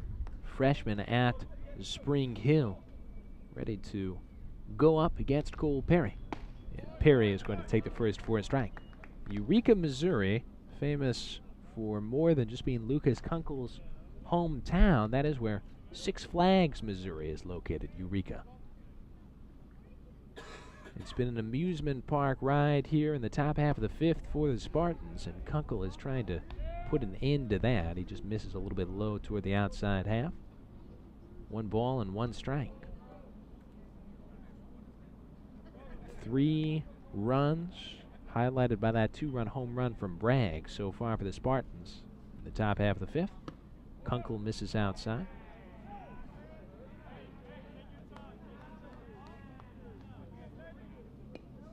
Went to Eureka Senior High School, 5'10" right-hander. Financial economics major at Spring Hill. Now at 2-1. Second team all-conference selection as a junior at Eureka. This is well inside. We're headed to 3-1. Kunkel says his favorite movie is $1 Million Baby. Favorite TV show is The Office. Says his guilty pleasure, listening to Shakira. I don't know if you have to feel guilty about that. I certainly don't. 3-1, put in play by Perry, gloved at third to second. That's 1 on to first. And how about a twin killing? Latour, Sklopan, Crump. They all touch it. And the 5-4-3 DP gives a little hope to Spring Hill. That's 2 outs of the frame. And up to the plate is now batting right field, number 15, Danny Maynard. Danny Maynard coming to the plate. And Kunkel fell behind 3-1, but gets 2 outs. On 1 swing of the bat, he's given up just 1 earned run in 4 innings this season. ERA easy to calculate. 2.25. He gets one over the inside corner to Mr. Maynard. Good movement on that. And Kunkel has pitched against AUM, Mobile, and Montevallo prior to today. Had thrown 64 pitches over 3 appearances. Gets a bouncer back to himself and eases it over to first base. Gets the double play from Perry. Retires Maynard 1-3. That's the end of the top half of the fifth. Halfway through, number 2 Tampa leading Spring Hill. Our score, 4-0. We'll catch you on the southern half of the frame right after this on the UWF Sports Network.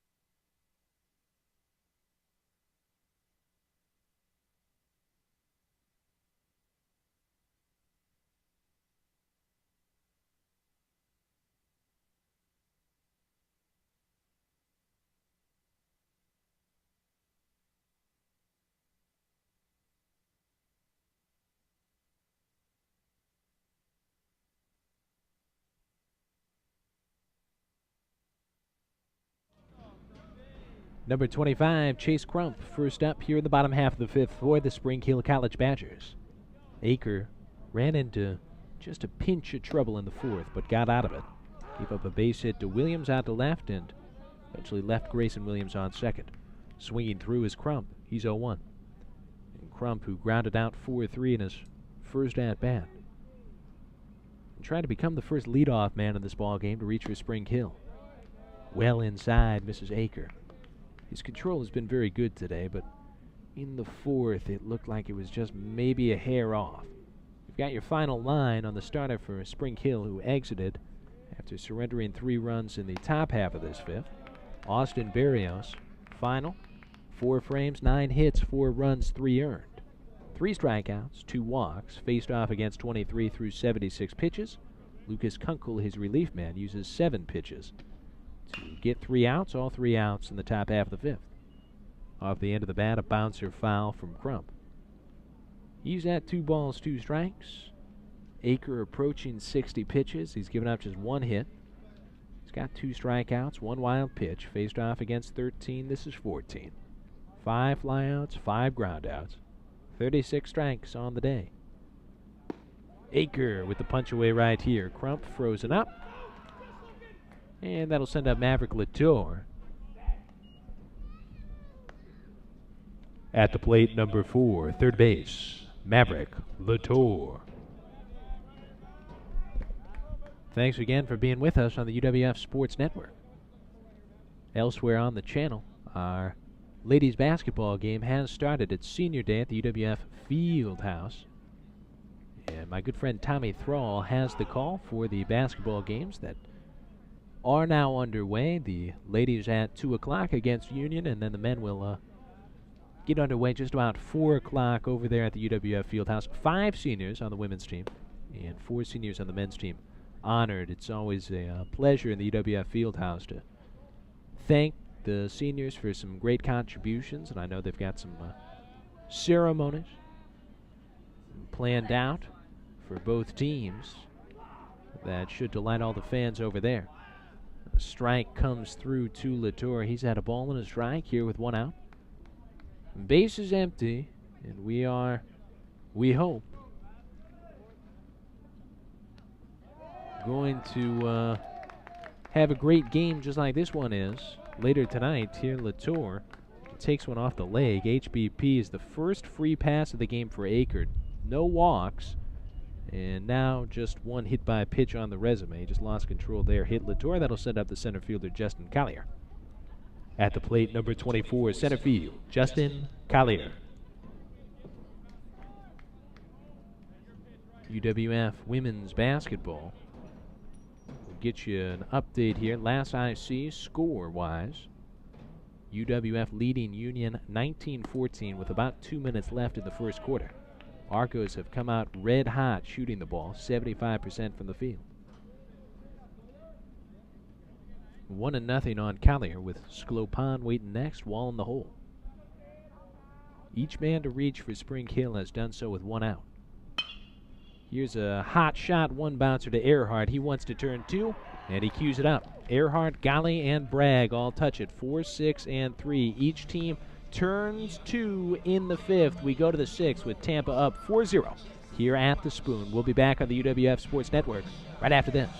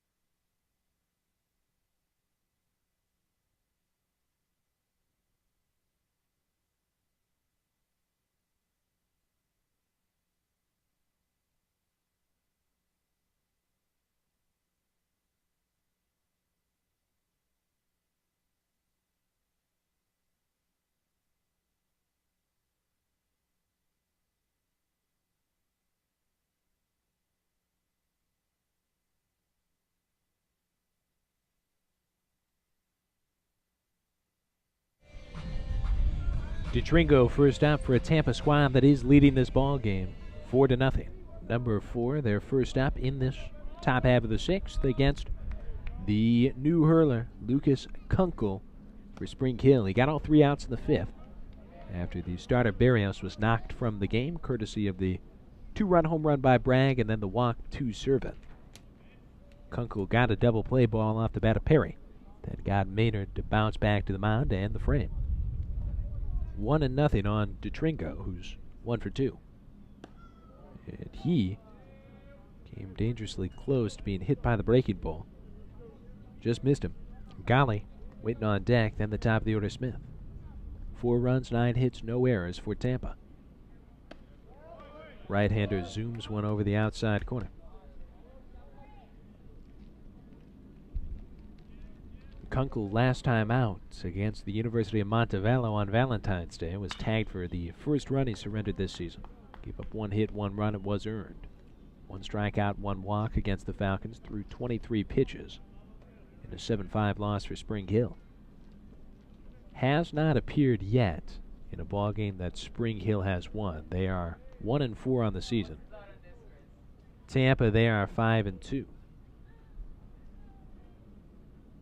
2-2 now to DeTringo. Sticks the bat after one looper toward third, and Latour gets back on it. Nice little play from Latour. Pop 5. Goodbye, DeTringo.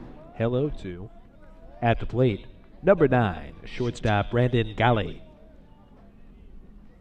Brandon Golly now settling into the right-hand side for this Tampa ball club that, as we said, will take on the Philadelphia Phillies in Clearwater, Florida. A couple of years ago, well, I guess this would be more than a couple of years ago, a few years ago, I think it was 2015. Tampa actually beat Philadelphia, spring training matchup, and the Phillies came back the next year with a little extra motivation and beat Tampa, but that just says volumes about this Tampa program. Program that's won 7 national titles, that's won 18 conference championships, had 85 draft selections. I don't even know that I've ever watched the MLB drafts for more than 85 minutes. Tampa against Florida Tech. We'll get back to collegiate action on the 23rd. Just under a week away.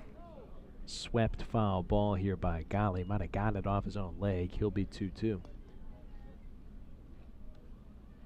The month of March for Tampa will open with Nova Southeastern, little conference action on the 2nd and 3rd. Then they'll take on Catawba. That'll be the 6th and the 7th. They'll have Albany State at Albany State on the 9th through the 11th of March. And then they'll have Bridgeport in Tampa on March 14th, Pi Day. Swing and a miss. And how about this guy, Kunkel? He's recorded 5 outs against 4 batters. Lineup card turns over to, at the plate, number 5, left field, Stephen Smith. Kunkel with his first strikeout of the game. And Tampa having some problems adjusting. They were starting to get to Barrios, and longtime skipper Sims of this Spring Hill ball club, he picked the exact right moment to go ahead and make the switch. Knew he needed to make it more difficult for this Tampa side. Went to the bullpen, and that has been a great move. Sims, longtime part of the Spring Hill program, became the head coach there in 1985. He's approaching 900 wins for his career at the helm. Right now he's sitting at 888. Holds the record for most career victories at Spring Hill, and his tenure at the school includes 24 20-win seasons, 6 30-win seasons, 2 40-win seasons, and 4 conference championships. 1-2 due up to Smith. Kunkel trying to send us on to the bottom half of the 6th. Slow bouncer left side. Who wants it? Nobody. Latour kind of got in front of Rodriguez, and it dribbles by the third baseman and the shortstop. Going to be an error. Question is, who is it assessed to? It'll be against the third baseman. I think that's the right call. Latour kind of came in front of Rodriguez, and that's a base runner for Tampa. At the plate, number 2, Second base, Drew Earhart.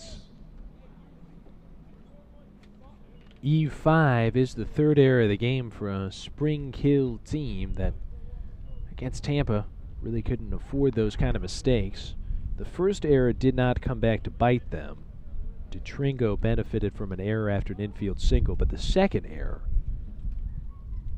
came in the fifth, and it allowed Earhart to score after a single by Miller kind of got through the outfield. Runner moving here, pitch low. This is going to be a stolen base for Stephen Smith. Gets going, gets the SB unchallenged. He's now in scoring position with 1-0, the mark against Earhart. Darren Miller waiting next. Don't want to see him up with anybody on.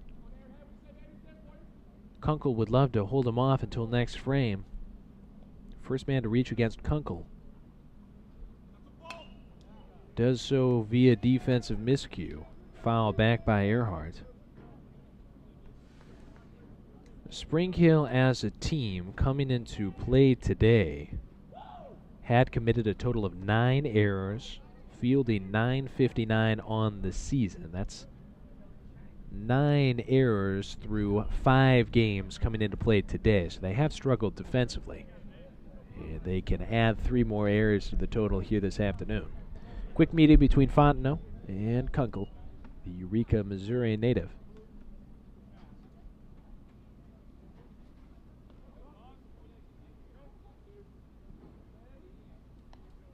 Advancing to third there was Stephen Smith on a ball that got loose. Or pardon, I think a balk was assessed there. We'll double check on that. Indeed it was. There's a balk assessed there on Kunkel.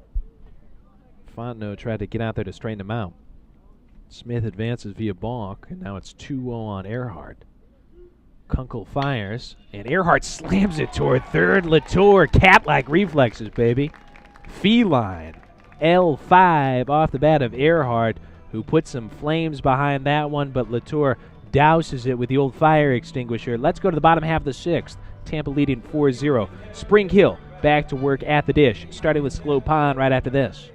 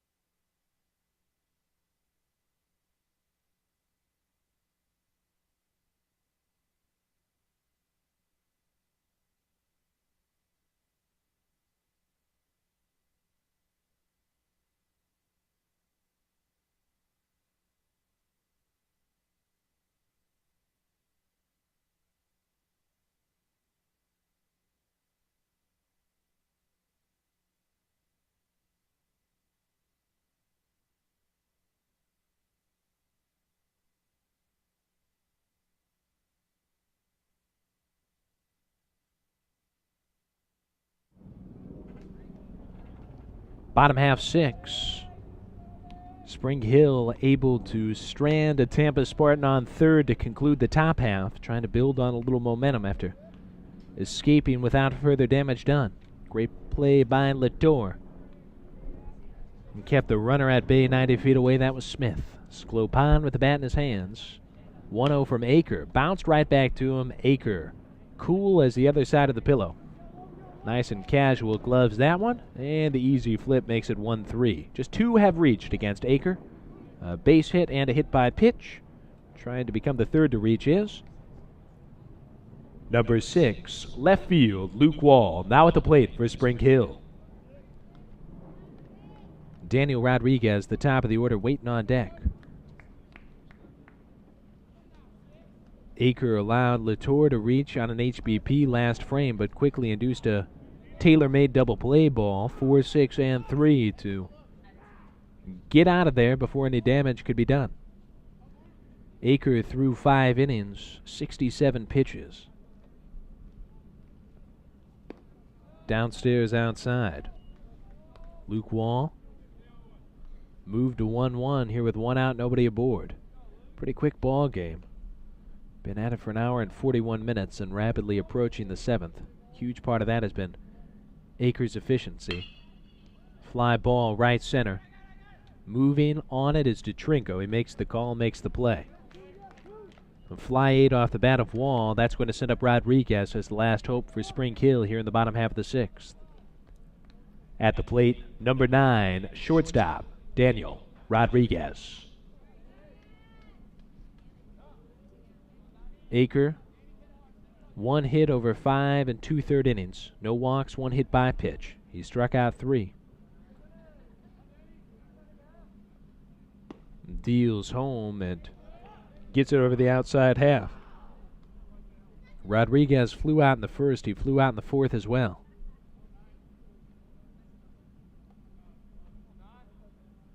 Aker deals. Indoors. 1 ball, 1 strike.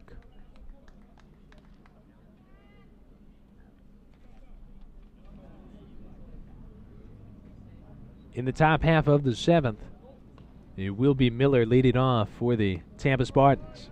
Downstairs outside, this one skitters to the screen out of the hand of Aker. Miller, Bragg, Servin, maybe Perry as well. That is the teeth of the order, and those teeth are sharp. Miller has 1 hit. Bragg has 2, including a 2-run home run. Servin's been on twice. 3, 4, and 5. They've gotten it done here this afternoon for Tampa. Aker on the cusp now of his first walk. He's gone to a 3-1 count with the shortstop Rodriguez. Make that 3-2 as he lasers one through the bottom half of the zone. All full with nobody out. 2 out, nobody aboard here in the bottom half of the 6th. And it's lifted by Rodriguez. Shallow fly, right field. Maynard with it, and that's all she wrote for the 6th square. Fly 9 off the bat of Rodriguez, who was out ahead 3-1. Still 4-0. Tampa on top as we cruise on to the 7th, right here on the UWF Sports Network.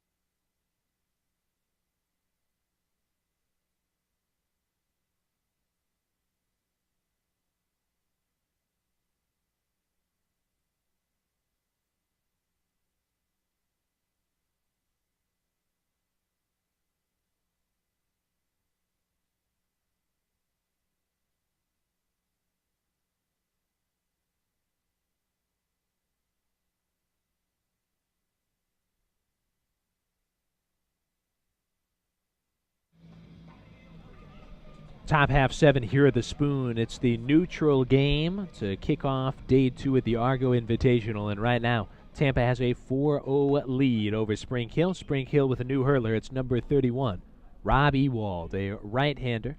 Takes the place of Kunkel, who did a good job. 1 2/3 scoreless ball by Kunkel. Miller welcomes Ewald to the game with a rocket out to left center. This one down, off the wall on one hop. It's going to be scooped up by Collier, and Miller is going to steam on into second base with a leadoff double. One swing, one hit against Ewald, and that'll send up. Coming to the plate, number 23, first base, Harrison Bragg.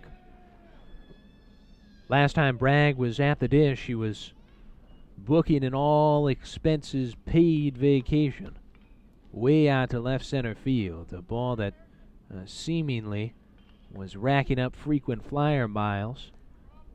He's 2 for 3 on the day with 2 RBIs after going hitless yesterday evening. That did not last long. The 0 for a distant memory for Bragg here at the Argo Invitational. First from Ewald, and it's downstairs outside.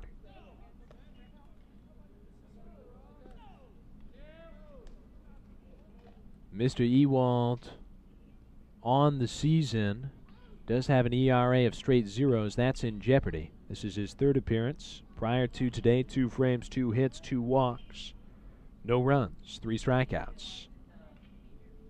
Ewald deals home, and it's outside. A little bit high as well. Bragg patient with him. Serving on deck, Perry in the hole. Waiting in the wings is Maynard. Rob Ewald, graduate student from my hometown of St. Louis, Missouri, went to Ladue Horton Watkins High School there. 6'1" righty. High kick from the set. Bragg takes him into the blue-gray sky. Coming in is Grayson Williams. Locates and makes the play. Miller not going to tag. The throw corralled at third by Latour. Fly 9 off the bat of Bragg. That'll send up. Coming to the plate, number 44, catcher, Danny Servin. Rob Ewald getting his MBA at Spring Hill. Did previously play 3 seasons at Lafayette College.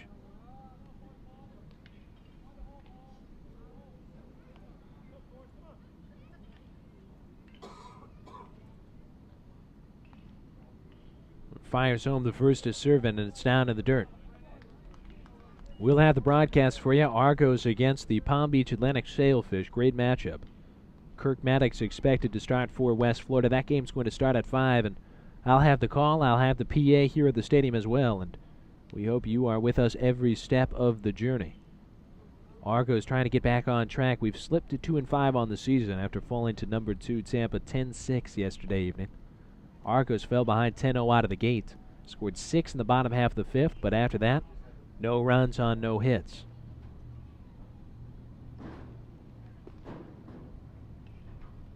One ball, no strikes on Servin. Number 44 had a single in the 3rd, a walk in the 5th. Fielder's choice in the 1st to defuse a threat.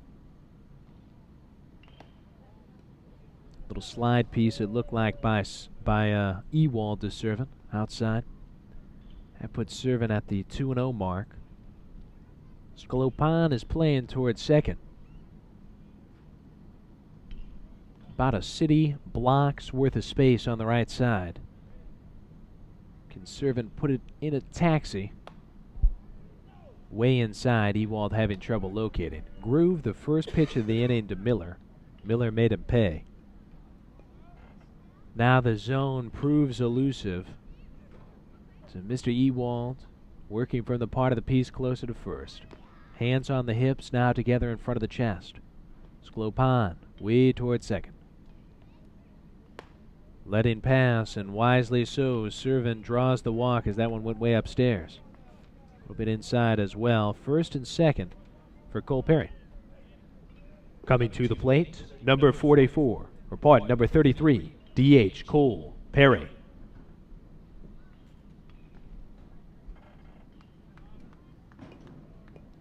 Danny Maynard moves on deck. DeTringo in the hole. Golly right after that. And traffic at a standstill. Not quite a parking lot yet on the base paths, but the highway is filled up. And Cole Perry trying to make it rush hour. And he will take well outside and low. 5 straight balls now for Ewald. Perry, who struck out in the second against Barrios, the starter, had an infield base hit for an RBI to score the first run of the game in the third. Hit into a double play as the first to face off against Kunkel in the fifth. Here comes Ewald trying to get on track. Runners moving. Ball fouled back over the screen, way out of play. Little hitting and running for Joe Urso's Tampa squad. Guys will get back on the treadmill and retreat. Tampa with 10 hits, 4 runs, no errors. Just 1 hit for Spring Hill, a base hit in the third by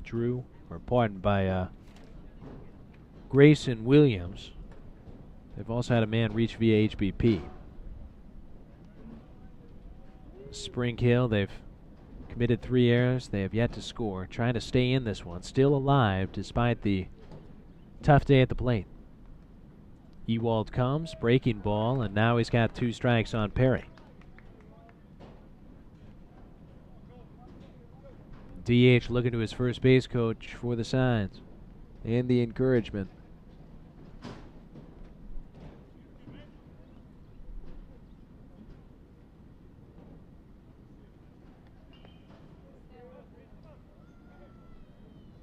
One, 2 on the way. Perry will take down toward the cellar. Ewald descends the stairs, but Perry won't accompany him on the lower levels. 2 balls, 2 strikes, 2 aboard, just 1 out. Top half 7. Spartans trying to visit the insurance office, buy the premium plan.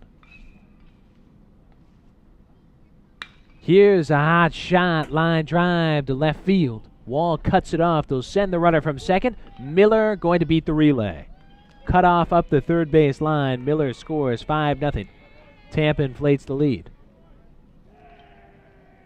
RBI base hit for Cole Perry. That's going to send up at the plate number 15, right field, Danny Maynard. First and second for Maynard. RBI for Perry, his second of the day. Miller scores the run. That's his second run of the day. Ewald in some trouble.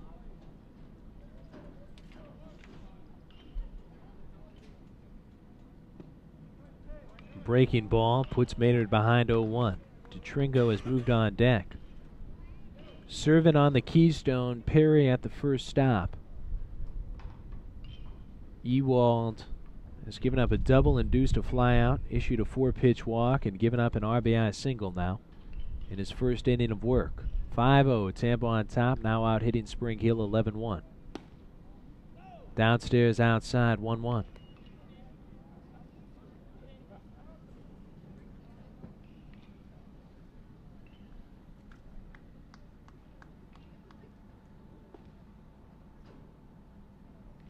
Three-year hurler at Lafayette College. Ewald played for the Leopards to start his college career. Made 18 appearances for them last season. Gets a strike through, 1-2.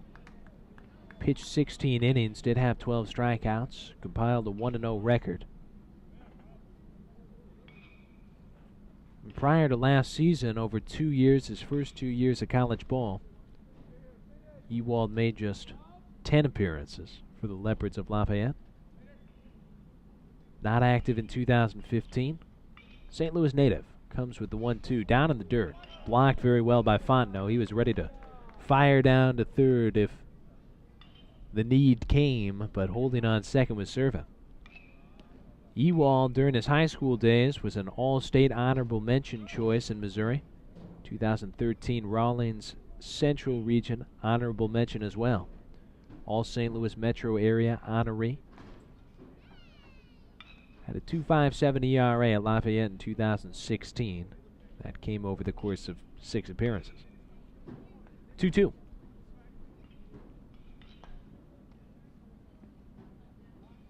Ewald is going to pause. Time called. Still not out of hand, but Tampa could very easily run away with this game. 1 out, 2 aboard, 2-2. 5-0 affair. Maynard takes outside. That'll load it up on him. 3-2. Well, we just said that Tampa wanted to visit the insurance office. And now they're trying to bolster their plan. I'll tell you what, if you're looking for some good insurance here in Northwest Florida, don't be afraid to call the Key Insurance Team, a proud sponsor of our Argonauts. Committed to providing clients with the highest quality insurance plans. That's Key Insurance. 3-2. Maynard takes outside. Let's check up these base paths. 2 walks now in the frame for Ewald, and this inning slowly going south for a Spring Hill outfit that's fighting to keep its head above water. There has been a man getting loose in their pen, right-hander, and Sims might want to go to him right now. Top half 7, Spring Hill going to dip into the bullpen again to try to stay alive in the game. They trail 5-0. Number 2 Tampa with the bases chucked will tell you who's coming in relief for Spring Hill right after this. Stay with us on the UWF Sports Network.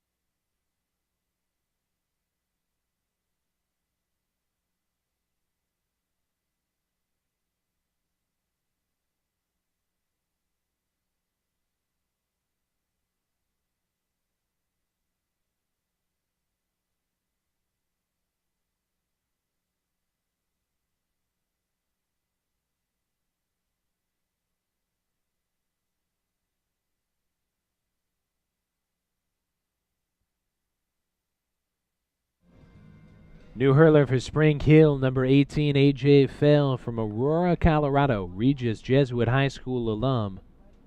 In to try to put a tourniquet on the bleeding for Spring Hill. Bases loaded, 5-0 game, just 1 out, and Nick DeTringo trying to make it worse before it can get better. Play him in at the corners. DeTringo going to take upstairs. Will be 1-0. Brandon Golly waiting on deck. Mr. DeTringo, 1 for 3 in the game. He's popped out twice. He's also got aboard with an infield single, been left at third. 1-0. Downstairs, maybe a hair outside from Fell. Financial economics major. Fell, 2017, pitched 5 2/3 frames as a freshman. Had 1 save, 1 combined shutout. Played for Matt Darr, the head man out there at Regis Jesuit. It's a strike over the outside corner. Good-looking pitch. Says his favorite TV show is Seinfeld. Enjoys hiking, skiing, and snowboarding, as you might expect from a Young fella from out there in Colorado. I'll tell you something you wouldn't expect, though, says his favorite pro athlete, Aaron Rodgers. Nick DeTringo sends a ground ball through the right side, and that'll score 1, maybe 2. Relay going to be cut off. Tampa, they get 2 more runs out of it. Servin and Maynard both score. Servin and Perry both score. Maynard moves to second. DeTringo with a couple of RBIs on his second hit. And that'll send up Brandon Galley with the score now at 7-0. At the plate, number 9, shortstop, Brandon Galley. First and second, 1 away. Galley has been on once but does not have a hit. Walked in his first try, that was in the second. Since has flown out and struck out. Look out. Got to turn out of the way of that one. Mr. Fell had that one get away. Looked like an off-speed pitch. Still close up there to Galley's head. Steven Smith waiting on deck. In Tampa, they are known for these big-time innings. They now have 4 innings at the Invitational of at least 3 runs scored. Fontenot needs to go out and have a meet and greet with A.J. Fell.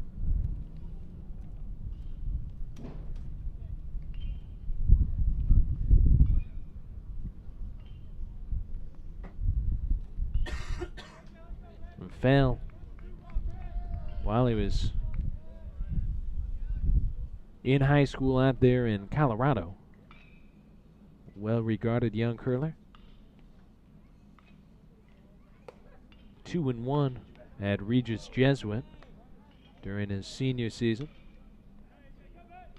Fires a third ball, though, here to Brandon Galley. Behind the runner at first is Crump. 3-0. Galley lets pass, and it's up on the second level, base on balls. That's 3 walks drawn by the Spartans here in the top half of the 7th. We're 2 outs away from stretching, but no sign that it's going to come soon. At the plate, number 5, left field, Steven Smith. Bases loaded once again for Tampa. Smith with the bat in his hands. He's reached twice. 4 chances in this game. He's got a stolen base. Was left on third in the 6th. Was also picked off of first base. That was in the 1st. Falls behind 0-1. Crump now in front of Galley at first. Latour playing fairly close to the grass at third. Smith sends a little flare shot foul down the left side. And that'll take it 0-2. Fellas from Palm Beach Atlantic. Kent Bottenfield squad, they're sitting right in front of me behind home plate. Watching the end of this contest, and Palm Beach and our Argos started up about 5 p.m. right here at the Spoon. Make sure you stick around for that broadcast as well. Here's an 0-2. Smith taps it back toward the mound. Glove by Fell. His throw home is wild. Looked like he was going to prevent the run from scoring, but he sailed the throw. And the failed fielder's choice is going to make it 8-0 Tampa. Smith reached not in the way he wanted, but he does get aboard. Bases still full. And coming up to the plate is number 2, second base, Drew Earhart.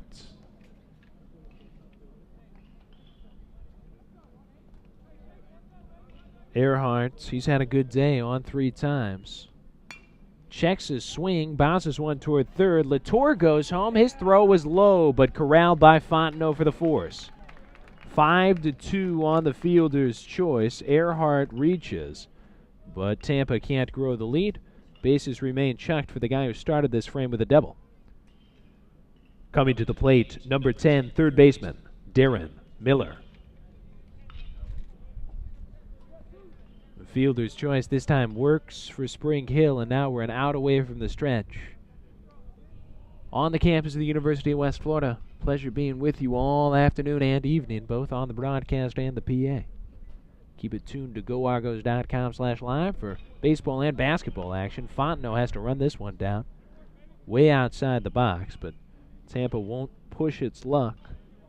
Galley stays put on third base. Try to get you an update from our ladies basketball game. It's going on just about a 1/10 of a mile from here in the UWF Fieldhouse. Saw West Florida was shooting the ball real well in the first quarter. Get the update momentarily. Miller lofts one, shallow left center. Rodriguez settles under, and that's it. After the top half of the seventh finally draws to a close, it's 8-0. Tampa on top. We'll be back after the stretch here at the University of West Florida.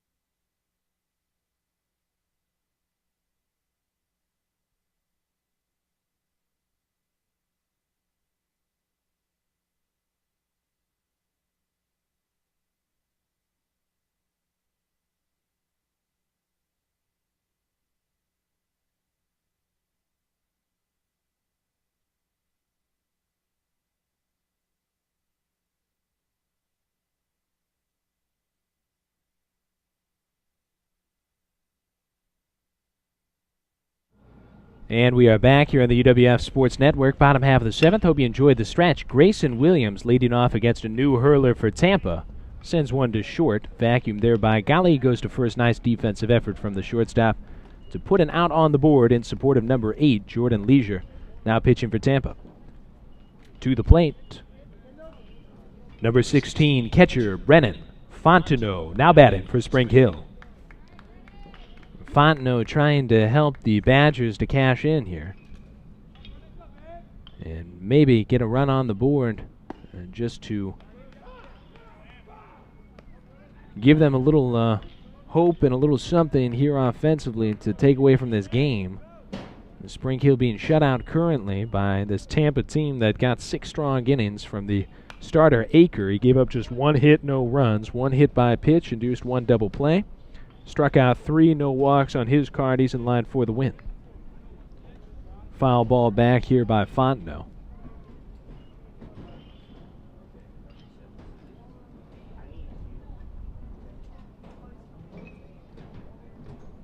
Fontenot will foul away again. He's had 2 strikes.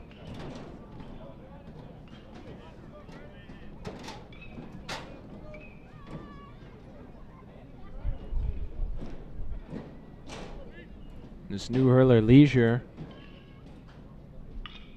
1 up, 1 down right now, trying to put away the most dangerous bat. He's got 2 strikes on him. Fontenot takes inside.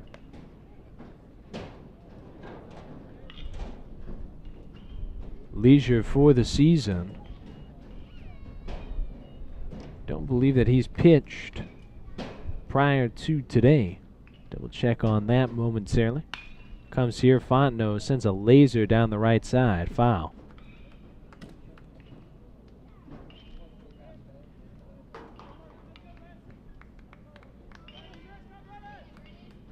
Jordan Leisure from Riverview High School, Tampa, Florida. He's a sophomore, 6'2", 175.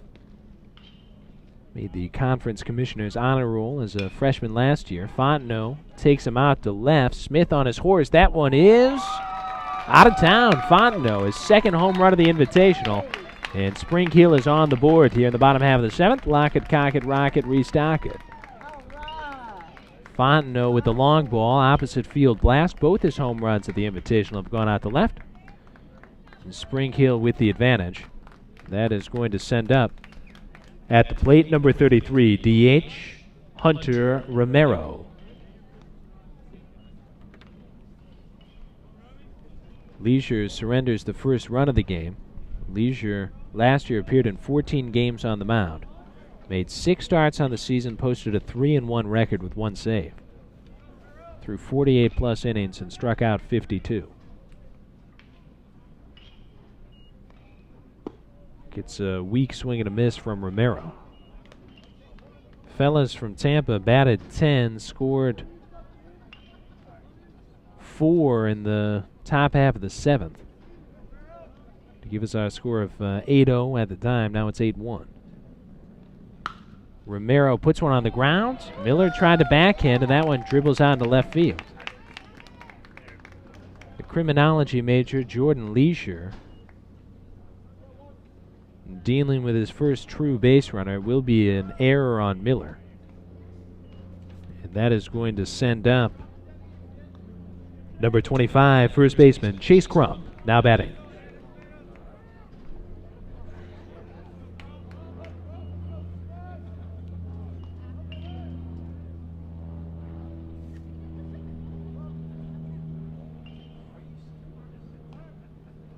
Crump takes a liner through the hole at short, and how about this? Crump with the base hit, and that'll make it first and second. To the plate comes number 4, third base, Maverick Latour, now batting. Just the third hit of the game for Spring Hill.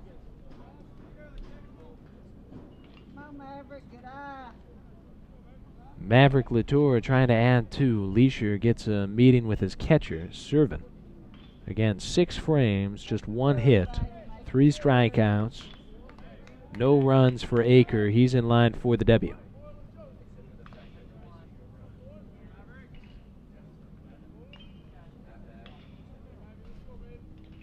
Maverick Latour, who sports number 4 at the plate. And Latour takes outside and low.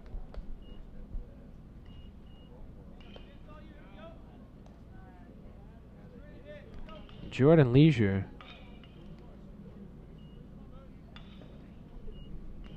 this is indeed his first appearance of the season.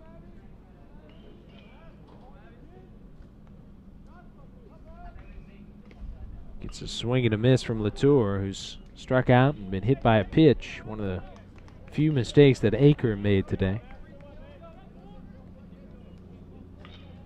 Career high at Tampa is 6 innings pitched for Leisure. That came last year, just starting his 2018 season here this afternoon.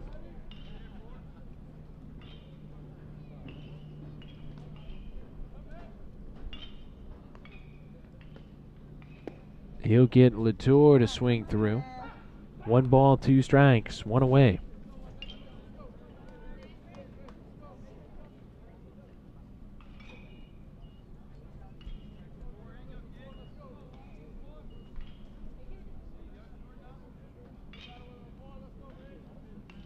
One-two to Latour. This one whipped down into the dirt. 2 balls, 2 strikes. 8-1 game. Fontenot's home run accounting for the only scoring action for the Spring Hill faithful.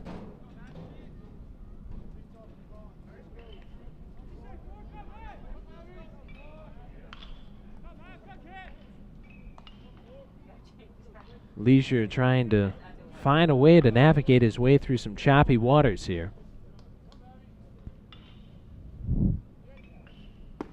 He'll get a swing and a miss. That'll help. Latour goes down on strikes for a second out. And up comes Collier. At the plate, number 24, center fielder, Justin Collier. Latour goes down swinging. Accompanies Williams as the only who's been retired. The only who have been retired by Leisure. It's a lot of solo home run. Had a man reach via error, and that's Romero standing on second. Crump on first base. Behind there is Bragg. He's got the other home run in the game. Bragg with a long shot off of Berrios earlier in the game. Starters are in line for the decisions. Berrios going to take the loss if nothing changes. And the win would go to the starter who did a great job, Cole Aker, for Tampa. 1-0 here on Collier. He's flown out. He's hit into a double play. Rough day with the bat. Righty delivers. Check swing. Foul ball over the backstop. Sklopan waiting on deck. We'll see if he gets his opportunity here in the bottom half of the seventh. 6 man to come up in it.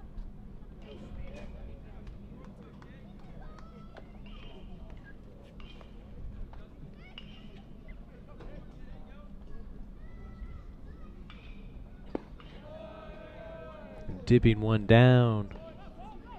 Jordan Leisure couldn't get Collier to chase. 2 balls, 1 strike. Change missed.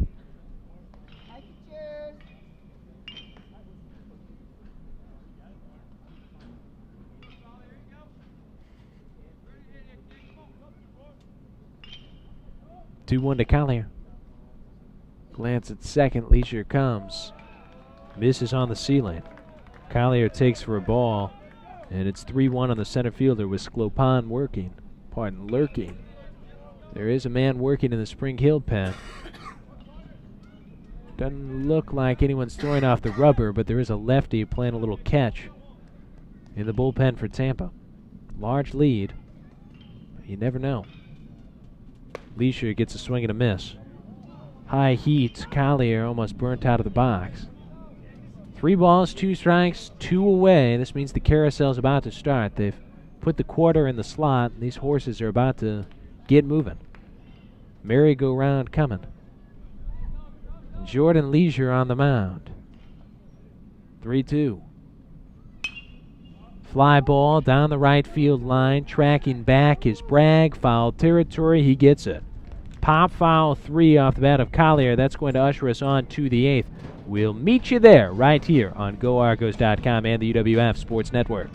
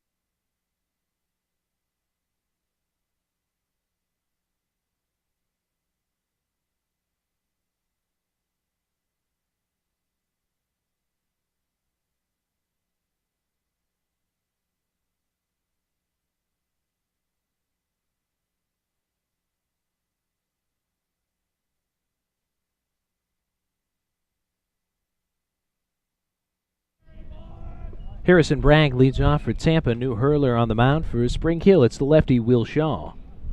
Pitched a little bit for Spring Hill yesterday against Palm Beach Atlantic, and Bragg immediately greets him with a long fly to right center. This one is going to go down in the gap.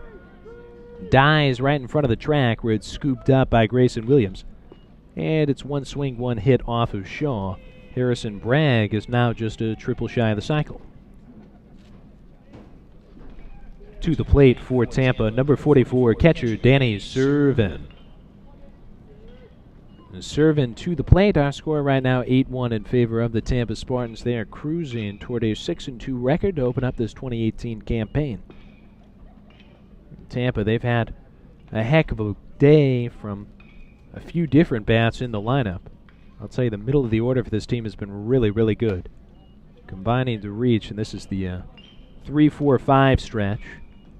8 times in the ball game. Actually, let me confirm that it is indeed 8 times with that double by Bragg.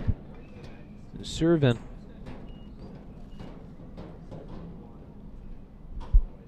will take one down the right side, a towering fly ball way out of play. Servin with a strike on him. Again, our score here is 8-1. And Cole Perry waiting on deck for the fellas from Tampa. Servin is into a fielder's choice. He's singled. He's walked a couple of times. We got a 1-1 count here.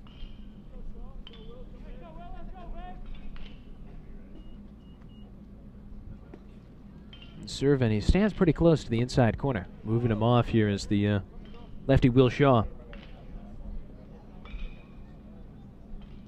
Number 6 man in the order, Perry. He's been good as well. We were telling you about that 3-4-5 stretch, but look at Perry. He's got a couple of RBIs in this ball game, couple of hits.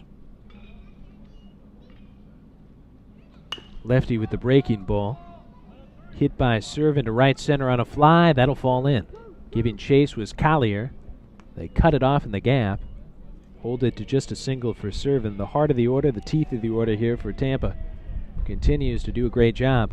First and third now for the DH. Coming to the plate, number 33, the DH, Cole Perry. 14 hits being shown right now for the Tampa Spartans.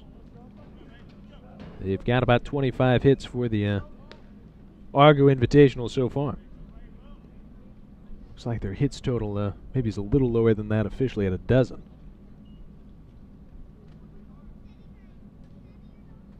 Resettling onto the rubber here is his latest hurler for the Spring Hill College Badgers, Will Shaw. From Wilmer, Alabama, the junior, misses downstairs. It'll be 1-0 on number 33, Cole Perry. Shaw went to Coastal Alabama North before coming to Spring Hill. This is his first year with the Badgers, his third year of college baseball. Yesterday went 1 1/3 against Palm Beach. Hammered here by Cole Perry out to left center. That one's going to run all the way to the 370 side, and Perry is on cruise control to second. It's going to score both. 2 RBI double. And that'll make it 10-1 in favor of Tampa. Perry continues a great day. I've got him down for 4 RBIs. And we've got Danny Maynard coming to the dish. At the plate, right field, number 15, Danny Maynard.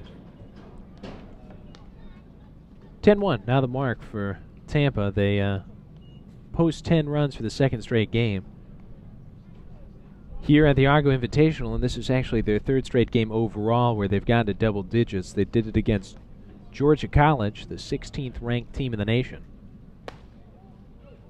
Series before coming up here to Pensacola.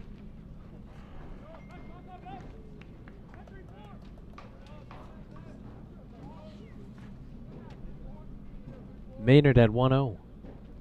Just around the river bend for him here is Perry. Maynard checks his swing after a curve. I think he might have foul tipped that one. Indeed he did. It's a ball and a strike count.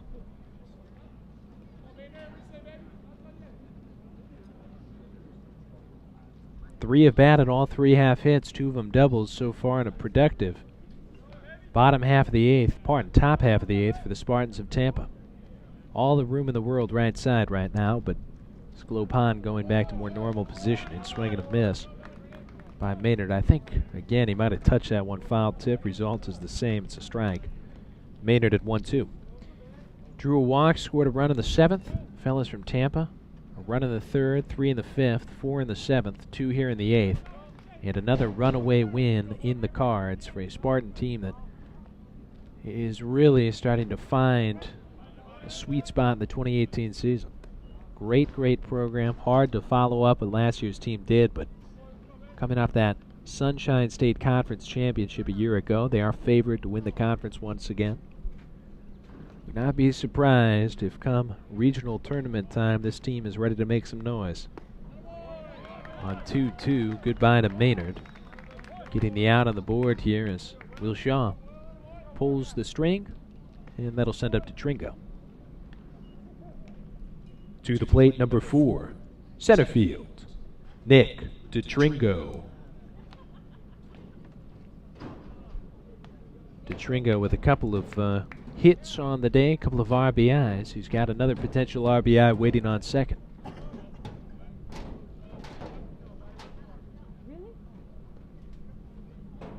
Lefty deals home on the inside corner. Will Shaw, criminology major, played his prep ball at Mary G. Montgomery. Yesterday gave up 2 hits but no runs against Palm Beach through 20 pitches. He has not thrown more than 21 pitches in any appearance this season. He's not thrown less than 19. Breaking ball, it's now 1-1 on DeTringo. 2.70 ERA entering play today for the lefty on the mound. He's pitched against Mobile, Montevallo, Palm Beach, Atlantic. This is his 2nd appearance away from Mobile, Alabama. Or pardon, away from Spring Hill. It's his 1st appearance away from Mobile. He did pitch against the University of Mobile in his only road appearance prior to the Invitational. His 1st appearance away from Mobile came against Palm Beach, now continuing here at the Invitational against Tampa. 1 ball, 2 strikes as DeTringo sweeps it to the left side.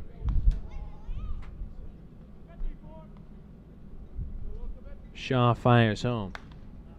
And this one is popped toward the Spring Hill dugout. A lot of hustle there from Fontenot. Goes feet first into the low wall. Cannot come up with it. All 3 games so far at the Argo Invitational have seen a lead of at least 9 runs for one of the teams. Twice it's been Tampa.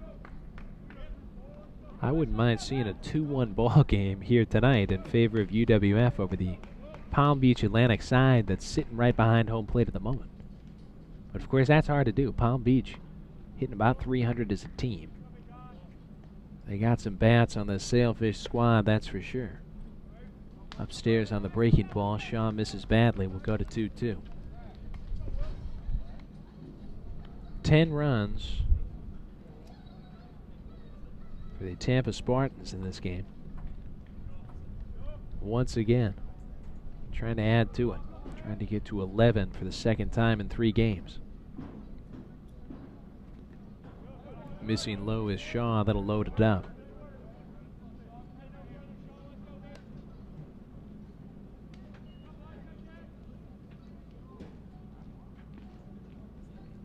Shaw makes himself more comfortable on the bump. 3-2 coming here. And DeTringo is going to be punched away. Back-to-back strikeouts looking for Shaw. That'll usher up Gali. To the plate, shortstop, number 9, Brandon Gali. Correction, pinch hitting for Tampa, catcher number 17, Chris Gaffney. Chris Gaffney going to take the place of Gali here. Substitute for Tampa. 2 outs, top half 8. Spartans with a commanding advantage. Gaffney, who caught for them last night, taking the place of Galley. And the pinch hitter takes the first upstairs, 1-0.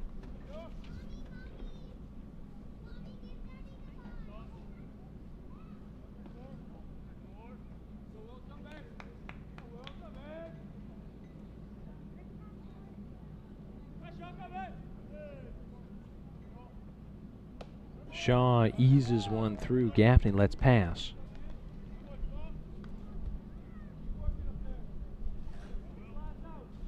It'll be 1-1 here with 2 outs. Still on second base after authoring the second double of the inning is Cole Perry. That one got away from Shaw to make it 2-1. Gaffney from Holtzville, New York, went to St. John the Baptist High School, UNC Wilmington, before coming to Tampa. He's hit $1.82 with no home runs, 3 RBIs so far this season. This is his 6th appearance. Coming off the bench to get in on the action. Gaffney takes indoors 3-1. Shaw has allowed a double, a single, another double for 2 RBIs, and now, after back-to-back strikeouts, is 3-1 with Mr. Gaffney. Top of the order waiting next.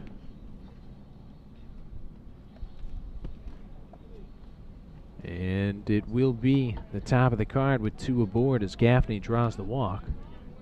This is going to be number 29, Kyle Codoletta, coming to the plate in place of Stephen Smith. Your attention, please. Pinch hitting for Tampa, number 29, Kyle Codoletta. Looks like there's going to be a pinch runner as well. Your attention, please. Pinch running for Tampa, number 21, Garrett Back. Couple of switches here. 2 straight pinch hitters and now a pinch runner for one of the pinch hitters. Garrett Back into the ball game at first. Codoletta going to take the first, but outside, a little bit high.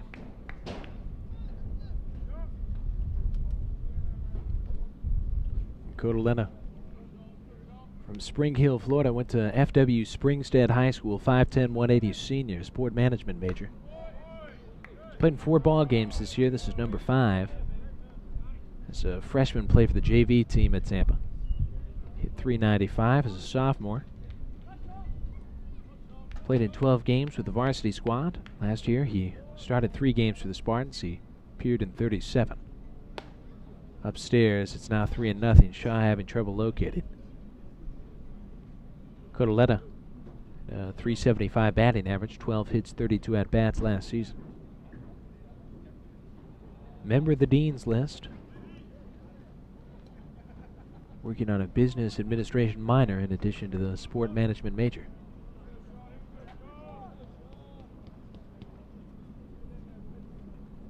Drew Earhart, his spot is next. We'll see if he hits for himself. It looks like he will. 3-0 offering. This one right down the main avenue for a first strike. 3 balls, 1 strike. Stephen Smith reached base 3 times in this game. A single error, failed fielder's choice. Codoletta, his replacement, lifts one to left center. This one's carrying, and this one's down in the gap. Collier dove after it. Ball loose in the alleyway. 2 score. Codoletta goes to third. It's a 2 RBI triple. It's the 3rd extra base hit of this 8th frame. And the lead goes to 12-2 for the Tampa Spartans. 12-1 for the Tampa Spartans. Up to the plate is number 2, Drew Earhart. To the plate for Tampa, number 2, second base, Drew Earhart. Before Earhart can come to the plate, though, it looks like Spring Hill is going to go to the bullpen. Sims comes out of the dugout. He'll make a pitching switch.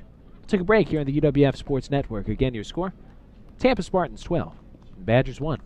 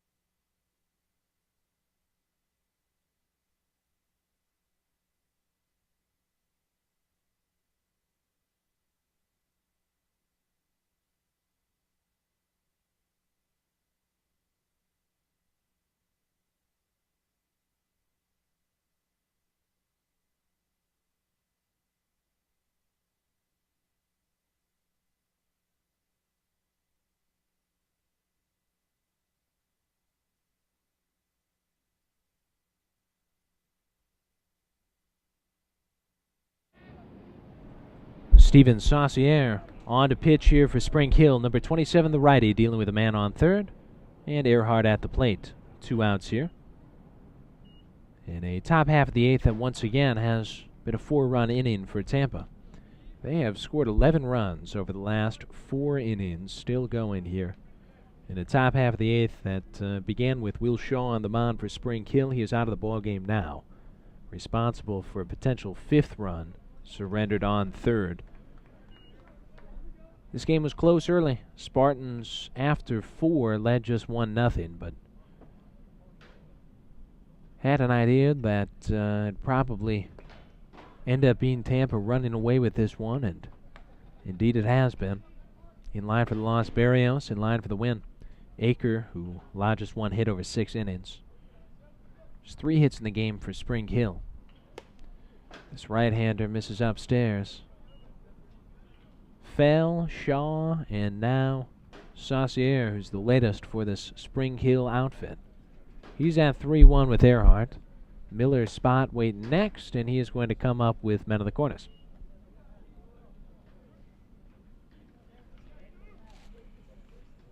At the plate for Tampa, number 10, third base, Darren Miller. We've now been at it for 2 hours and 40 minutes at the Spoon today. Weather has continued to be almost picture perfect. Some cloud coverage in the sky, but real comfortable in terms of temperature.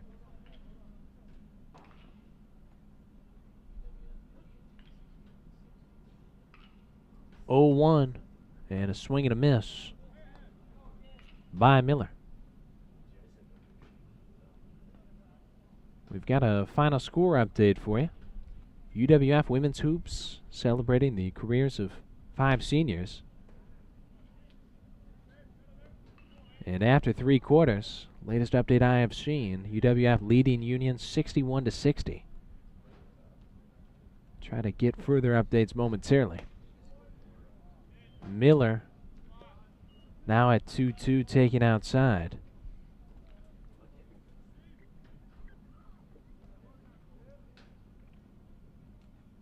Two with 2 aboard and 2 out. Miller sends a long fly down the left field line, high in the air and into the Spring Hill bullpen.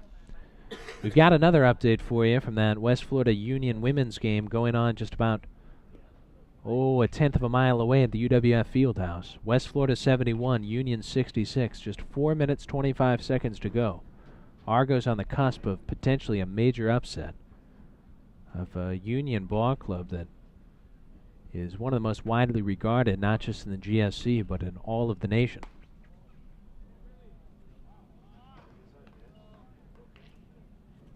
A full count now on Miller. Steven Saucier, 6 foot, a little bit less than that, 5'8", from Covington, Louisiana. Graduate student trying to stop the bleeding here for Spring Hill. Foul ball down the left side. Keeps us all full once again.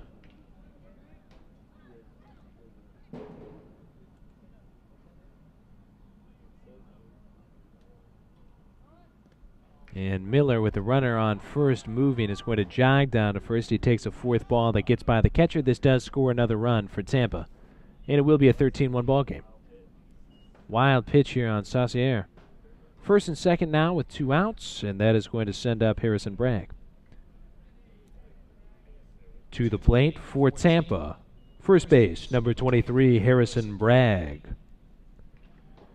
It would be a great win for the UWF ladies if we can pull it off against Union. Union ranked number 6 in the nation, number 1 in the South region.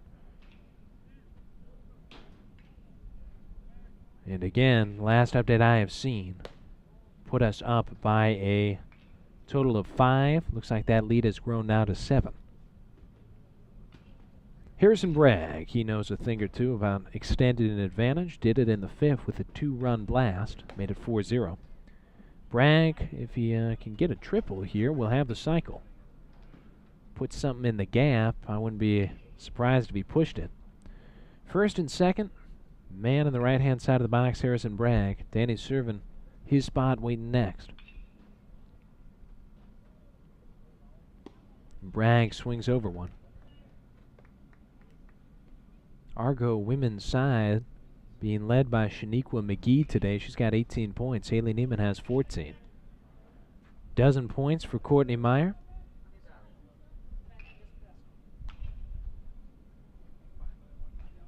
Two-one coming. And this one way upstairs. That one was on the roof, glanced off the chimney, and tumbled down to the backstop. Both runners do advance. It's second and third with a 3-1 count on Harrison Bragg.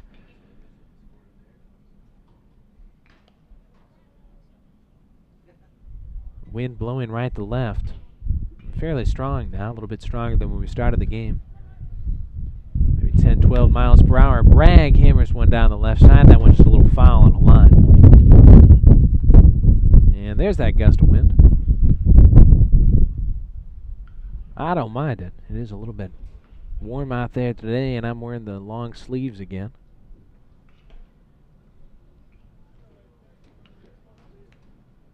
Here comes a full count offering to Harrison Bragg in a 13-1 ball game. He'll sweep it foul left side.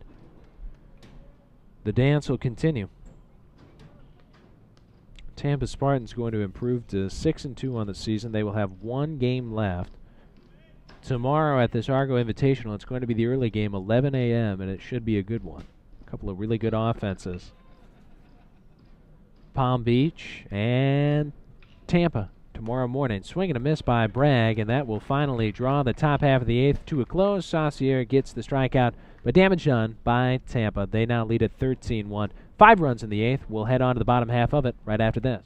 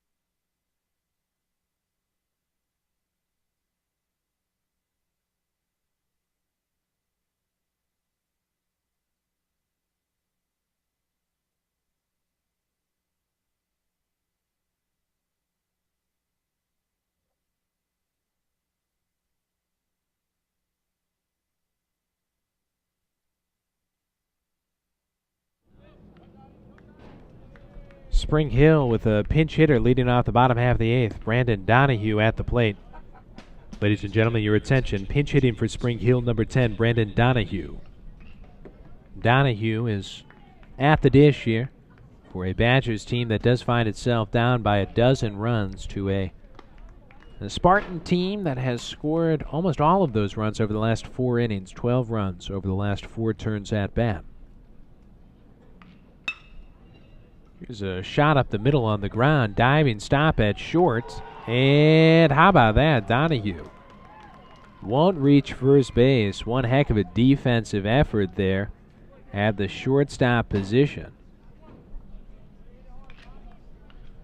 And that will usher it on to Chet Silveria. Now batting for Spring Hill, number 11, Chet Silveria.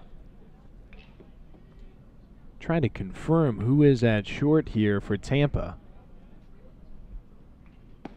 Gali was pulled from this game as part of a host of substitutions.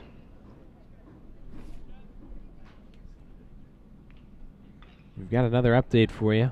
Minute 10 left in the women's basketball game. UWF up 77-76. Sklopan's spot has been replaced here by Chet Silveria, the redshirt junior from Half Moon Bay, California. He's out ahead 2-0.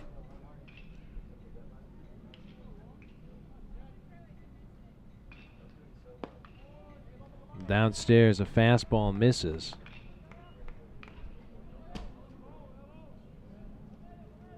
No longer Jordan Leisure pitching for Tampa.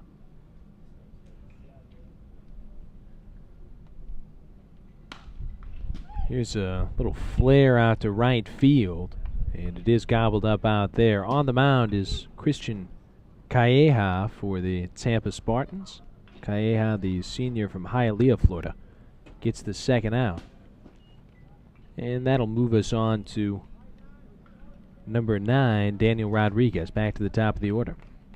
Now at the plate for Spring Hill, number 9, Daniel Rodriguez. Rodriguez at the dish, and he will take one down low. As we said, this is Christian Calleja now pitching for the Tampa Spartans side. We'll get you the lines on their previous pitchers, but I might have to wait until next frame. Here's a fly out to right, and that'll do it. Rodriguez goes down, swinging. He sends it to right field, routine fly. That'll send us on to the ninth. Tampa leading 13-1 here at the University of West Florida. Back on the UWF Sports Network right after this.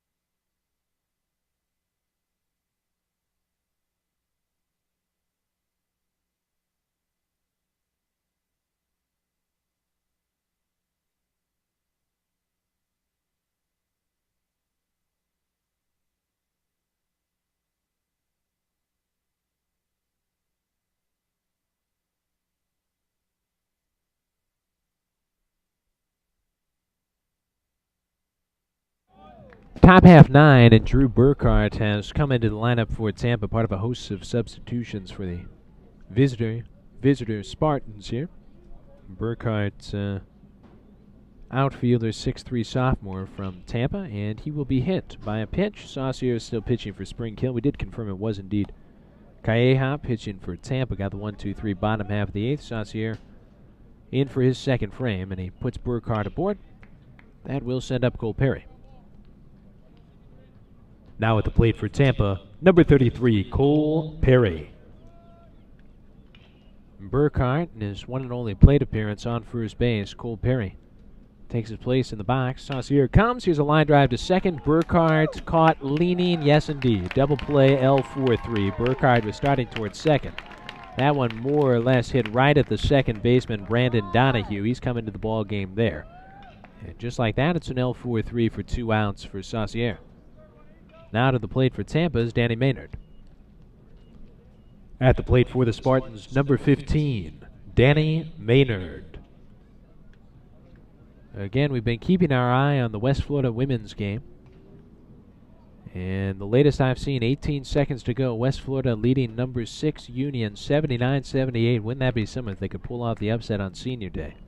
Little magic in the air here at the University of West Florida. Here's a bouncer by Maynard down the third base side. He will stay put. Foul ball, 1 strike. Maynard 0 for 4 in the game, but he has reached and scored. Drew a walk earlier in the contest. 13-1 affair, 16 hits for Tampa versus 3 for Spring Hill. Good movement on that one from Saucier. He's a strike away from sending us to the bottom half of the ninth.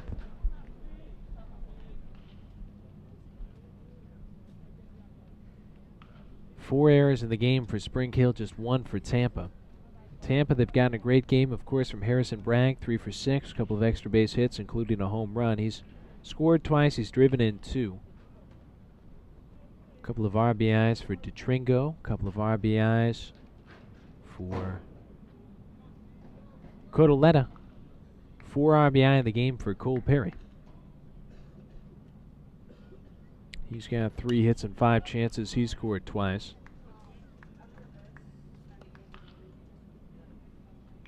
Argos and the Sailfish of Palm Beach Atlantic coming up in just over an hour right here at the Spoon.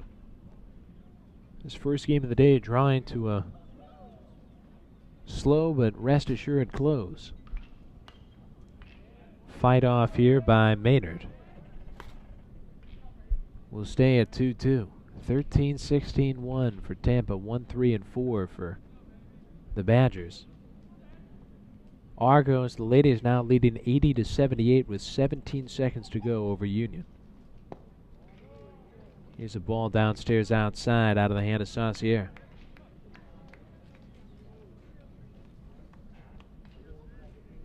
$18 points today for McGee. 16 points for Neiman to lead the way for UWF. Here's a fly ball by Maynard out to left field and going to be caught right in front of the track. That'll do it for the top half of the ninth. On to the final half frame. Tampa leading 13-1. We'll be back right after this.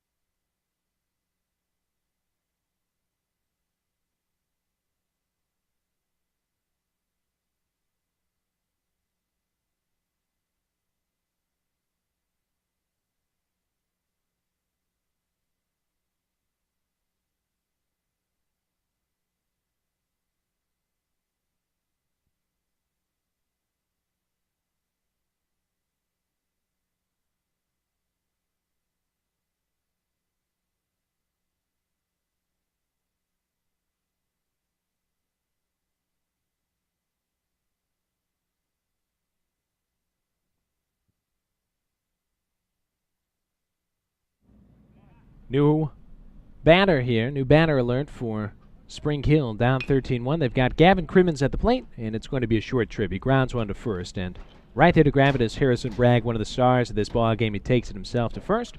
1 up, 1 down here for Calleja, who does return for Tampa. Ladies and gentlemen, your attention. Now batting for Spring Hill, number 12, Blair Lacey. Backup catcher Blair Lacey will get his chance against Calleja. And the first one from Calleja is downstairs. Fastball misses. Well, we got good news for you, ladies and gentlemen. West Florida women's basketball team upsets the number 16 team in the nation, the number 1 team in the South region, Union University, by a final score of 80-78 today. Congratulations, ladies, especially our 5 seniors. Blair Lacey takes one down the third base way. Ball is cut off before it can get to the corner. It will be a base hit for Lacey. And Spring Hill with a little spark here in the bottom half of the ninth. They're down by 12, though. Ladies and gentlemen, your attention. Now batting for Spring Hill, number 1, Garrett DeRugio. Garrett DeRugio coming to the dish for Spring Hill, third pinch hitter of this frame for the Badgers. DeRugio played a little right field yesterday against Palm Beach Atlantic, has the bat in his hands. Again, Tampa is leading 13-1. They will move to 6-2, barring something miraculous. Aker is going to get the win. And the loss is going to go to Austin Berrios, who started this game for Spring Hill exactly 3 hours ago.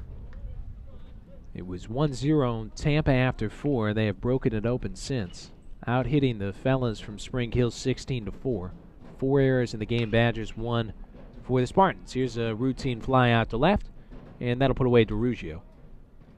We're now an out away from the conclusion of our first game of this twin bill.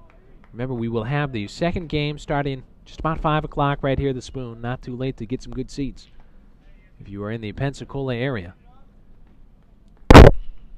Ladies and gentlemen, at the plate for Spring Hill, number 29, Mason Bonifants. Mason Bonifants to the dish for the Spring Hill side now. Their last chance. Going to take the opener for a strike. Aker allowed just 1 hit over 6 frames. As we said, he will get the win, and well-deserved. Great pitching performance. The Kernersville, North Carolina native continues a strong season. Aker going to move to 2 wins overall this season against no losses. Breaking ball misses low. 2 balls and a strike. Berrios going to suffer the loss. Started out fairly strong, just couldn't make it through the 5th. That's when the real parade of runs started for this well-regarded Tampa offense. 3 balls and a strike now. Berrios on the season is going to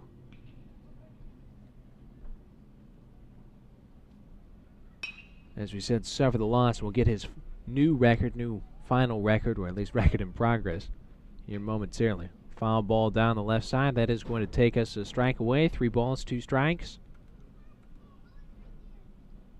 On Mason Bonifants, who's at the plate for Spring Hill, 6-foot freshman from New Orleans. Loss is going to drop Berrios to 0-2 on the season. And it's going to drop Spring Hill to 1-5. Again, Tampa's going to improve to 6-2, 2-0 at the Invitational. Lefty comes, and Calleja gets the punch out. That's all she wrote. Tampa wins this one 13-1. They out-hit Spring Hill 16-4. W goes to Aker, loss goes to Berrios. 4 errors in the ball game for the Badgers, just 1 for the Spartans. Time of game, 3 hours, 2 minutes. Make sure you come back in 1 hour for the Argos battling the Palm Beach Atlantic Sailfish. That'll start at 5. Kirk Maddox on the mound for the home team. Until then, Joey Zanabone signing off, saying thanks so much for listening and watching. We'll catch you real soon from Pensacola, Florida on the UWF Sports Network.